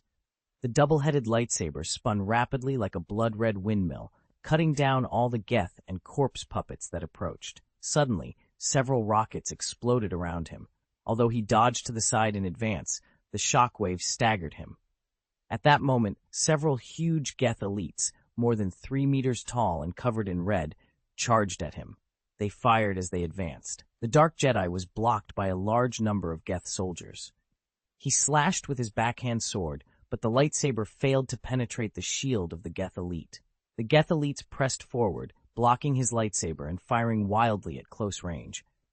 Their massive bodies, almost as oppressive as hills, left the Dark Jedi helpless. He abandoned his lightsaber and leaped several meters high to distance himself, but the Geth gave him no respite. Several Geth elites raised their special plasma rifles and fired, the plasma balls exploding in mid-air. The electric current from the plasma explosions surrounded the Dark Jedi, and the high-temperature, high-pressure energy battered his body. Ah! The Dark Jedi screamed as one of the Geth elites caught him in mid-air and slammed him to the ground. His body was charred, and he struggled weakly, unable to resist. The Geth did not kill him, but captured him, dragging him away. "Let me go! Let me go!" he screamed, his voice growing fainter as he was pulled into the depths of darkness. The remaining clone soldiers, militias, mercenaries, and gang members were also overwhelmed by the tide of Geth and corpse puppets. Boom! The table in the command center was struck hard, cracking under the force. "I feel it! I feel it!" A Weequay man in a black, tight-fitting combat uniform, adorned with ferocious war patterns, shouted with an ugly expression. His force is wailing, in pain, in pain. Ah! He let out a sound that was a mix of sadness and relief, tearing at the tight fabric on his chest. The clothes ripped apart, revealing his muscular chest adorned with a ferocious beast tattoo. Is he dead? Another human, also clad in a tight-fitting black combat uniform, asked through gritted teeth. I can no longer sense his force power. No, he's not dead! He's being tortured! Ha! Torture! His pain. I feel it. His pain. The Weequay laughed and roared, his dark side powers growing more potent and uncontrollable under the influence of the negative emotions. Take him down to meditate, the human Dark Jedi commanded with a wave of his hand. Two other Dark Jedi immediately stepped forward and restrained the nearly out-of-control Weequay. Cricket is an idiot. He actually fell into a T, rap-set by a group of robots. The human Dark Jedi warrior exclaimed. If we continue like this, we may not be able to defend the planet Theta. Gilad Palaeon, what other plans do you have? Sitting at the top of the command center was a young man in a gray Navy uniform. The badge on his chest indicated his rank as Lieutenant General, but he appeared to be only in his 20s. Despite his youth, his expression was resolute, and his chin, unshaven for 2 or 3 days, was covered with stubble. Surprisingly, the 3 Dark Jedi Knights, who clearly held higher status, were seeking his guidance. He was Gilad Palaeon. In the midst of the extermination battle with the Geth in the northern reaches of the Milky Way, a bright star was rising. 6 months ago, he had keenly perceived the Geth's possible ambitions for the planet Theta and the planet Kotalis behind it. Under tremendous pressure, he secured 30 Van Camino clone troopers and more than 40 Jaeger-class battlecruisers from Wilhuff Tarkin to reinforce them. This support force was led by Republic Admiral Wolf Yularen, who fully trusted Gilad Palaeon and handed over command of the ground troops to him, while Yularen himself commanded the fleet to resist the Geth invasion. At that time, Palaeon, still a colonel, had also deduced that the Geth were using a super-light navigation method much slower than hyperspace channels, planning a direct assault on the planet Kotalis and other locations behind Theta. He required Lieutenant General Henderson, the general of the Ninth Army, to build a rear defense line. Subsequent events proved the foresight and accuracy of his judgment. The Geth launched a massive attack on the planet Theta, deploying an enormous number of corpse puppets in the battle. These were not just ordinary corpse puppets, but also included many transformed from the corpses of the Yamrai. These corpse puppets were enormous, inheriting the mantis-like bodies and sharp scythes of the Yamrai, along with wings that allowed short-distance flight, making them a significant threat on the battlefield. The sudden attack inflicted huge losses on the defenders of Theta, but Palaeon's reinforcements arrived in time, rebuilding a solid defense line in the capital, Chinesti City. To defend this line, Palaeon ordered the entire planet of Theta into full mobilization, enlisting almost everyone capable of moving and shooting, distributing weapons, and providing basic training to form an army to resist the Geth. Initially, his recruitment order faced fierce opposition from major gangs and mercenary groups, but the smuggler teams that were originally very active on the planet Theta rose up in resistance. However, Colonel Girard Perrine swiftly suppressed them with an iron fist. When the Geth launched another attack, those who had opposed the recruitment order had to admit that it was the only way to avoid being killed by the Geth or turned into corpse puppets. As a result, the implementation of Gilad Palaeon's military orders proceeded more smoothly. He meticulously deployed a defense line spanning more than a dozen cities, including Chinesti City and German and French City.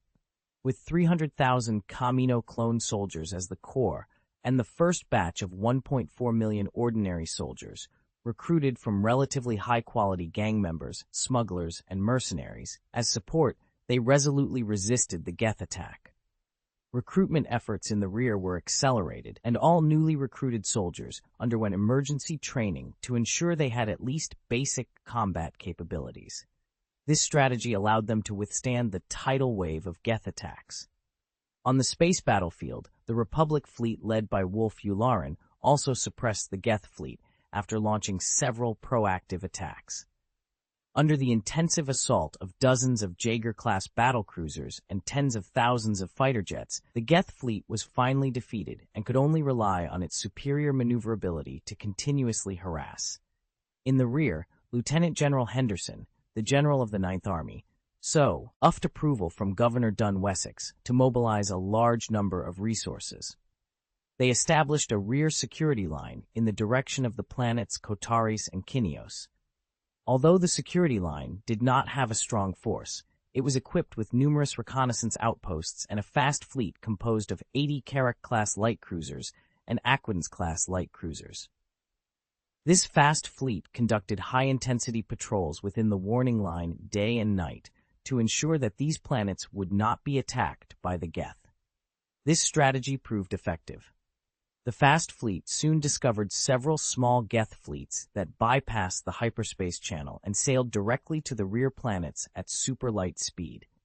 These Geth fleets, composed of transport ships and frigates, were clearly planning to sneak past the heavily fortified planet Theta and carry out destruction in the rear. If successful, these small Geth fleets could drop Geth individuals who might attack remote villages, kill all the residents, and turn them into corpse puppets. They could even secretly dig up recently deceased corpses or powerful local creatures to create alien corpse puppets.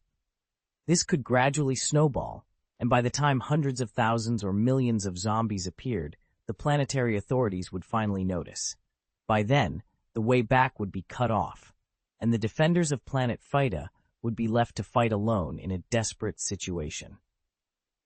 If planet Theta fell, the Geth would be able to directly threaten the planet Kotaris, an important transportation hub in the north, through the hyperspace channel. Fortunately, none of this happened. After the fast fleet annihilated several Geth sneak attack fleets, the Geth's actions became more cautious. However, they also intensified their offensive against planet Theta.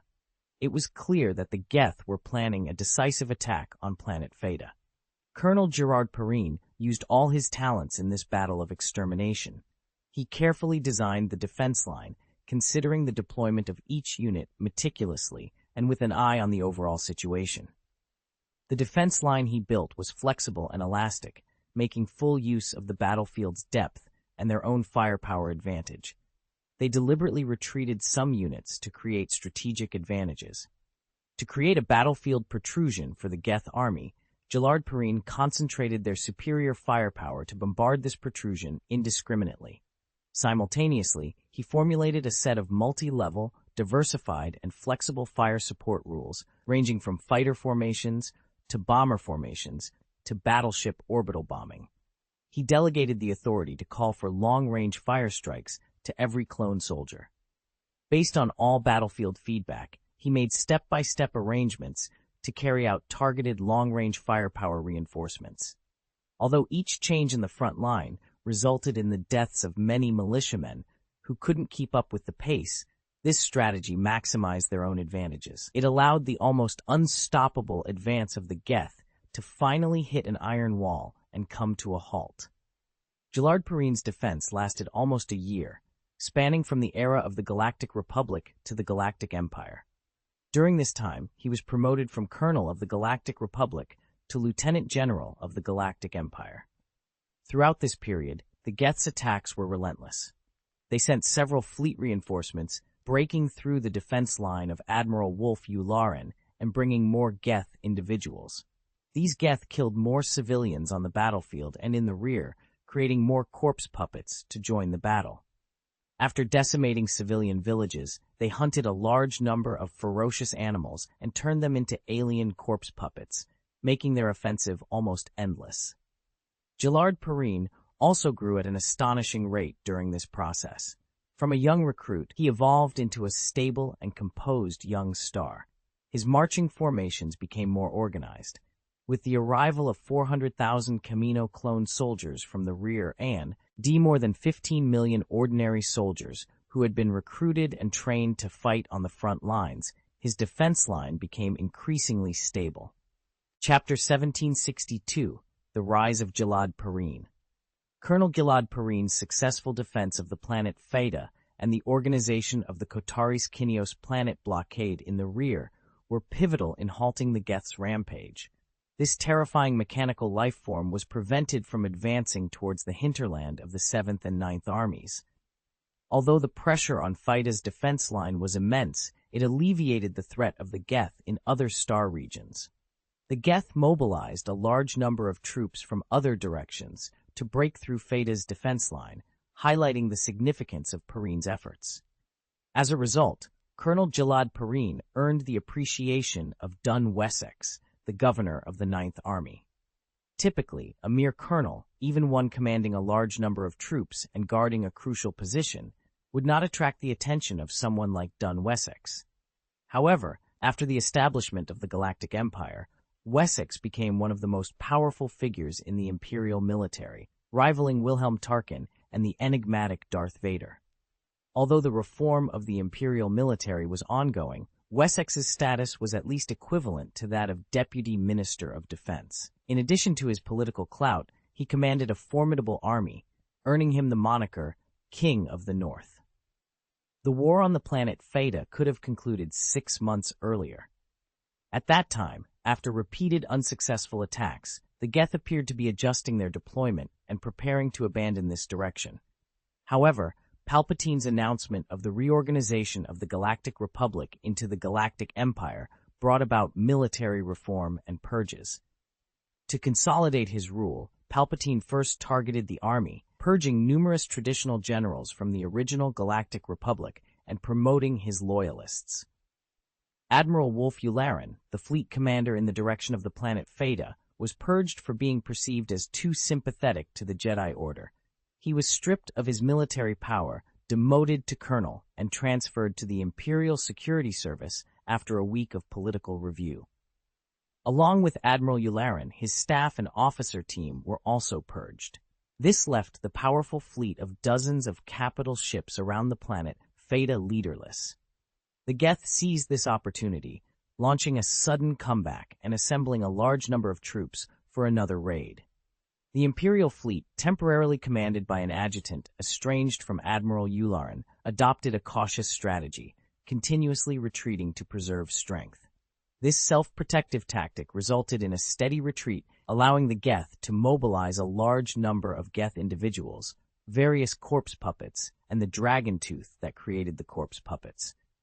They parachuted onto the planet Phaeda and launched a fierce offensive. Fortunately, Colonel Jalad Perrine had enough time to mobilize and train new recruits. He continued to apply for and even purchase weapons and equipment from the black market.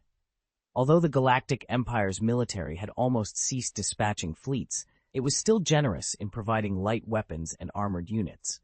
Consequently, the number of militiamen under Jalad Perrine's command approached 10 million. On some local battlefields, Perrine's army even had a numerical advantage, enabling him to block the Geth's relentless attacks once again. Jalad Perrine's exceptional performance did not go unnoticed. Dun Wessex, a prominent figure straddling numerous military and political lines, decided to formally support the young general, Gilad Pellaeon. At this time, Wessex was consolidating forces in the north. He placed the frontline planets resisting the Geth under the jurisdiction of the 9th Army, which was directly under his command, while the 7th Army was downgraded to a secondary force. Governor Mather Lynn Wessel was also demoted from senior governor to an ordinary governor.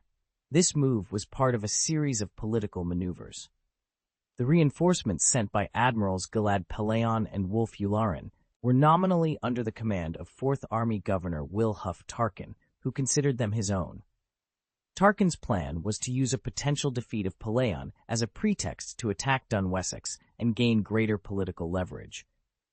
However, Tarkin did not anticipate that Pellaeon would successfully repel the Geth's attack, a feat that no one in the northern armies of the Galactic Republic had managed before.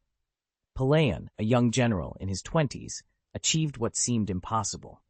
Seizing the opportunity, Dun Wessex cunningly brought all of Pellaeon's troops under his control under the guise of integrating the front.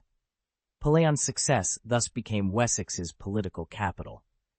When the Galactic Empire was newly established, powerful factions were busy carving out their own political and military spheres of influence.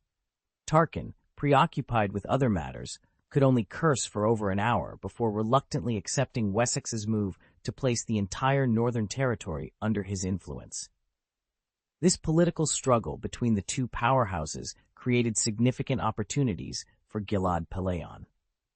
Just 1 month after the founding of the Galactic Empire, Pellaeon was promoted to Rear Admiral and established the FETA Defense Front, serving as deputy commander. This promotion marked a significant leap from colonel to major general, a transition that many could not achieve in several lifetimes. As a major general, Pellaeon now had the authority to lead an army independently. At this time, the commander-in-chief of the FETA Defense Front was Admiral Henderson, who had also been promoted. Henderson returned to the front line to command the fleet against the Geth. However, his performance only proved that he was incapable of withstanding the Geth's attacks. Over the next few months, Henderson's fleet suffered repeated defeats, allowing the Geth to transport large numbers of troops to the surface of the planet FETA and launch continuous assaults. Due to these failures, an enraged Dun Wessex stripped Henderson of his rank, demoted him to lieutenant general, and sent him to the rear to oversee the Cortaris blockade, preventing the Geth from using other super-light-speed navigation means to launch sneak attacks. Wessex then decided to place his bet on Gilad Pellaeon. He promoted Pellaeon to lieutenant general and appointed him as the commander-in-chief of the FETA Defense Front, entrusting him with all military affairs for the entire line of defense. 6 months after the founding of the Galactic Empire, although the war on the northern planet FETA appeared unchanged, the political struggles and twists behind the scenes had already caused significant upheaval in the entire Northern Territory. The battlefield had undergone dramatic changes. End of chapter. Chapter 1763, Battle of FETA. 3. Unlike Wilhuff Tarkin and Cruia Vandran, who focused on the wealthiest and most developed core regions of the galaxy, Dun Wessex had a clear goal, the North. Although the North was currently the most dangerous place in the galaxy, it posed no threat to Dun Wessex. As a high-ranking governor, even if the entire Northern Territory was ravaged by the Geth, his life would remain unthreatened. In fact, the greater the threat from the Geth, the more political capital he could gain. To protect the Northern Territory and prevent the terrifying Geth from advancing into the inner and core circles of the galaxy, nobles and wealthy families would spare no expense. They would support the Northern Territory with all their resources. As the Guardian of the North, Dun Wessex would naturally accumulate significant political capital without needing to make public appearances like Wilhuff Tarkin. By silently supporting the Northern Defense Line, he could amass power comparable to the influential figures in the inner circle.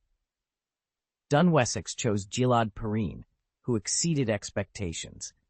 Promoted to Lieutenant General Commander-in-Chief of the FETA Defense Front, Pellaeon managed an increasing number of responsibilities. He reorganized the fleet, abandoned unrealistic strategic policies, and restructured the planet's outer defense line.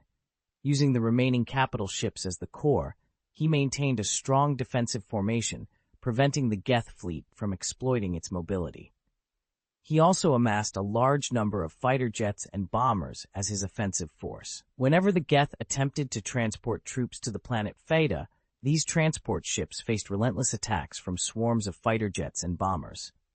Pellaeon's defensive strategy focused on ground battlefields, with space battlefields as a supplement, contrary to many other generals. Yet, it proved effective. Pellaeon's fleet continuously adjusted its defense zone, targeting orbital bombings on key areas of the ground battlefield. Although not flexible or comprehensive, these tactical bombings significantly impacted the Geth army on the ground. Several bases manufacturing corpse puppets were destroyed, numerous dragon teeth were obliterated, and reserve corpses were reduced to powder. Consequently, Gilad Pellaeon stabilized the battle line without additional battleships entering the battlefield from the rear. However, recent Geth actions on the ground battlefield worried Gilad Pellaeon. From his command center in Chinasti City, the capital of planet FETA, he directed the entire front's defense operations. The latest news was alarming. The Dark Jedi Knight Cricket was surrounded by the Geth and had lost contact. There was a high possibility that he had been captured by the Geth. This was troubling news because Cricket was once a Jedi Master. After falling to the dark side, he and 3 other Dark Masters, along with over 20 Dark Warriors and apprentices, served as reinforcements on planet Theta. In previous battles, these 4 Dark Masters demonstrated immense combat effectiveness, reminiscent of the battles with Anakin Skywalker and Jane during the battle on planet Xanfatar, where Jedi warriors fought side by side in Altus. This time, Dark Master Cricket had sensed a Geth communication base station. Knowing that Geth operations heavily relied on these communication devices, he prepared to lead an assault. A commando team was dispatched to destroy the signal tower. However, what seemed like a simple raid turned into a disaster when Cricket found himself surrounded and ultimately captured. How did the Geth manage to ambush a former Jedi Master? What exactly transpired? Gilad Palayon, a seasoned lieutenant general, looked at the 3 Dark Masters seated at the other end of the conference table. These Dark Masters held him in high regard, a respect earned through countless battles. I believe the Geth have orchestrated this elaborate trap against Lord Cricket for reasons beyond mere military objectives, Palayon said slowly. What day? Oh, you mean? Pa, a human female Dark Master, asked with a frown. The area Lord Cricket was heading towards is not strategically significant. For us, it's merely the gateway to a settlement, primarily a protein production area. The Geth's recent attacks have been focused on our industrial facilities, Palayon explained, pointing to the holographic battle map. I don't think the Geth have the capability to starve us out, especially with the Cortaris blockade on constant alert. There must be another reason for setting up such a sophisticated trap around an agricultural facility. Ordinary people can't plot against us. It's impossible for the Geth. Only force-sensitive individuals could pull this off. Jedi. Pa gritted her teeth. It's unlikely that the Jedi would assist the Geth. It could be the Separatists, the Fourth Group, or the Interstellar Banking Association, Palayon suggested. In any case, I believe their target is Cricket himself, even if it means risking a new war with the Empire. What's the use of capturing that idiot? Pa asked coldly. I have a bold theory. Corpse puppets, Palayon said, displaying more than 10 different types of corpse puppets in the holographic projection. On the battlefield, we have seen human corpse puppets, Yamri human corpse puppets, Nikto human corpse puppets, self-destructing corpse puppets, spraying corpse puppets, Coda 6-legged beast corpse puppets, stone bear corpse puppets, and more. This indicates that the Geth's corpse puppet manufacturing technology is constantly improving. They are not selective about the source of the corpses. Any biological corpse can be used. His eyes grew serious. So, what if they plan to create a corpse puppet from a force-sensitive individual? Those bastards! How dare they? Another Dark Master slammed his fist on the table, his anger manifesting in visible dark side energy. No matter what the Geth are planning, we must stop them and retrieve Cricket, Palayon asserted. Forget about that idiot. Order the army to launch a counterattack and drive back the Geth's forces in that direction. Then conduct an orbital bombardment and obliterate Cricket, Pa said viciously. Palayon was silent for a few seconds before nodding slowly. Thanks to Hero and Yuan-Ji for the 1,1500 starting coins. Chapter 1764, Sudden Crisis. The capital of the Principality of Dawn, Planet Dawn, and the Grand Duke's office. I've said it many times. No. Postpone the service plan for new warships and use all production capacity to produce Whale-class passenger ships and Raz-class heavy engineering ships. We must compress the relocation plan of planet Rendili to within 5 years. Tang Xiao rubbed his forehead and addressed the few people standing in front of him. The relocation plan for planet Rendili is a 30-year plan. But now our fleet cannot wait for 30 years. Ling Liang, the governor of the Sethwena sector and army general, stood in front of Tang Xiao, her eyebrows raised, exuding a compelling presence. Although she also served as an army general, as a sector governor, she commanded the massive army and navy forces in the Sethwena sector, including the Titan battleship Xuanwu. Moreover, planet Eriadu had always been the most strategic location of the Dawn Principality, leaving no room for failure. Therefore, as an army general, Ling Lang's concern about the Navy's affairs was understandable. I don't want to repeat those cliches, General Ling, Tang Xiao said coldly. You should know the current situation of our Principality of Dawn. It is precisely because I know the current situation of the Principality of Dawn that I am confused by your current policy of completely halting the service progress of new warships. Ling Liang said loudly. Hell's Angel class and Disaster class are enough to support our naval front, Tang Xiao replied. The commissioning of new warships means that we must adjust the existing production line, which will reduce our production capacity for a period of time. And to tell you the truth, long after the relocation plan of planet Rendili is completed, we will use the existing Rendili interstellar dock to serve a large number of Victory II class star destroyers. This is also to bring our troops closer to the Milky Way's Imperial Gap approach. Then, do you know how many Knight-class and Imperial-class star destroyers the Galactic Empire already has on planet Kira? 40 ships. If we continue to develop at this rate with our current fleet configuration, can we still only rely on the Zhuanwu fleet's shields to shoot at them? No. We lack high-speed assault warships. Otherwise, we can still only rely on the Black Secret Service ship to pay a high price to fight against the opponent's huge number of star destroyers. Ling Liang argued. I know what you are thinking, so a brand new plan is being jointly developed by the Trade Alliance and the Interstellar Banking Association, Tang Xiao said. You still expect those businessmen to build you warships? Now people like Newt Gunray are far more interested in making money as quickly as possible to make up for the war losses than in continuing to build warships. Ling Liang retorted. Of course, I have arrangements for the Trade Alliance. This is not something you need to worry about.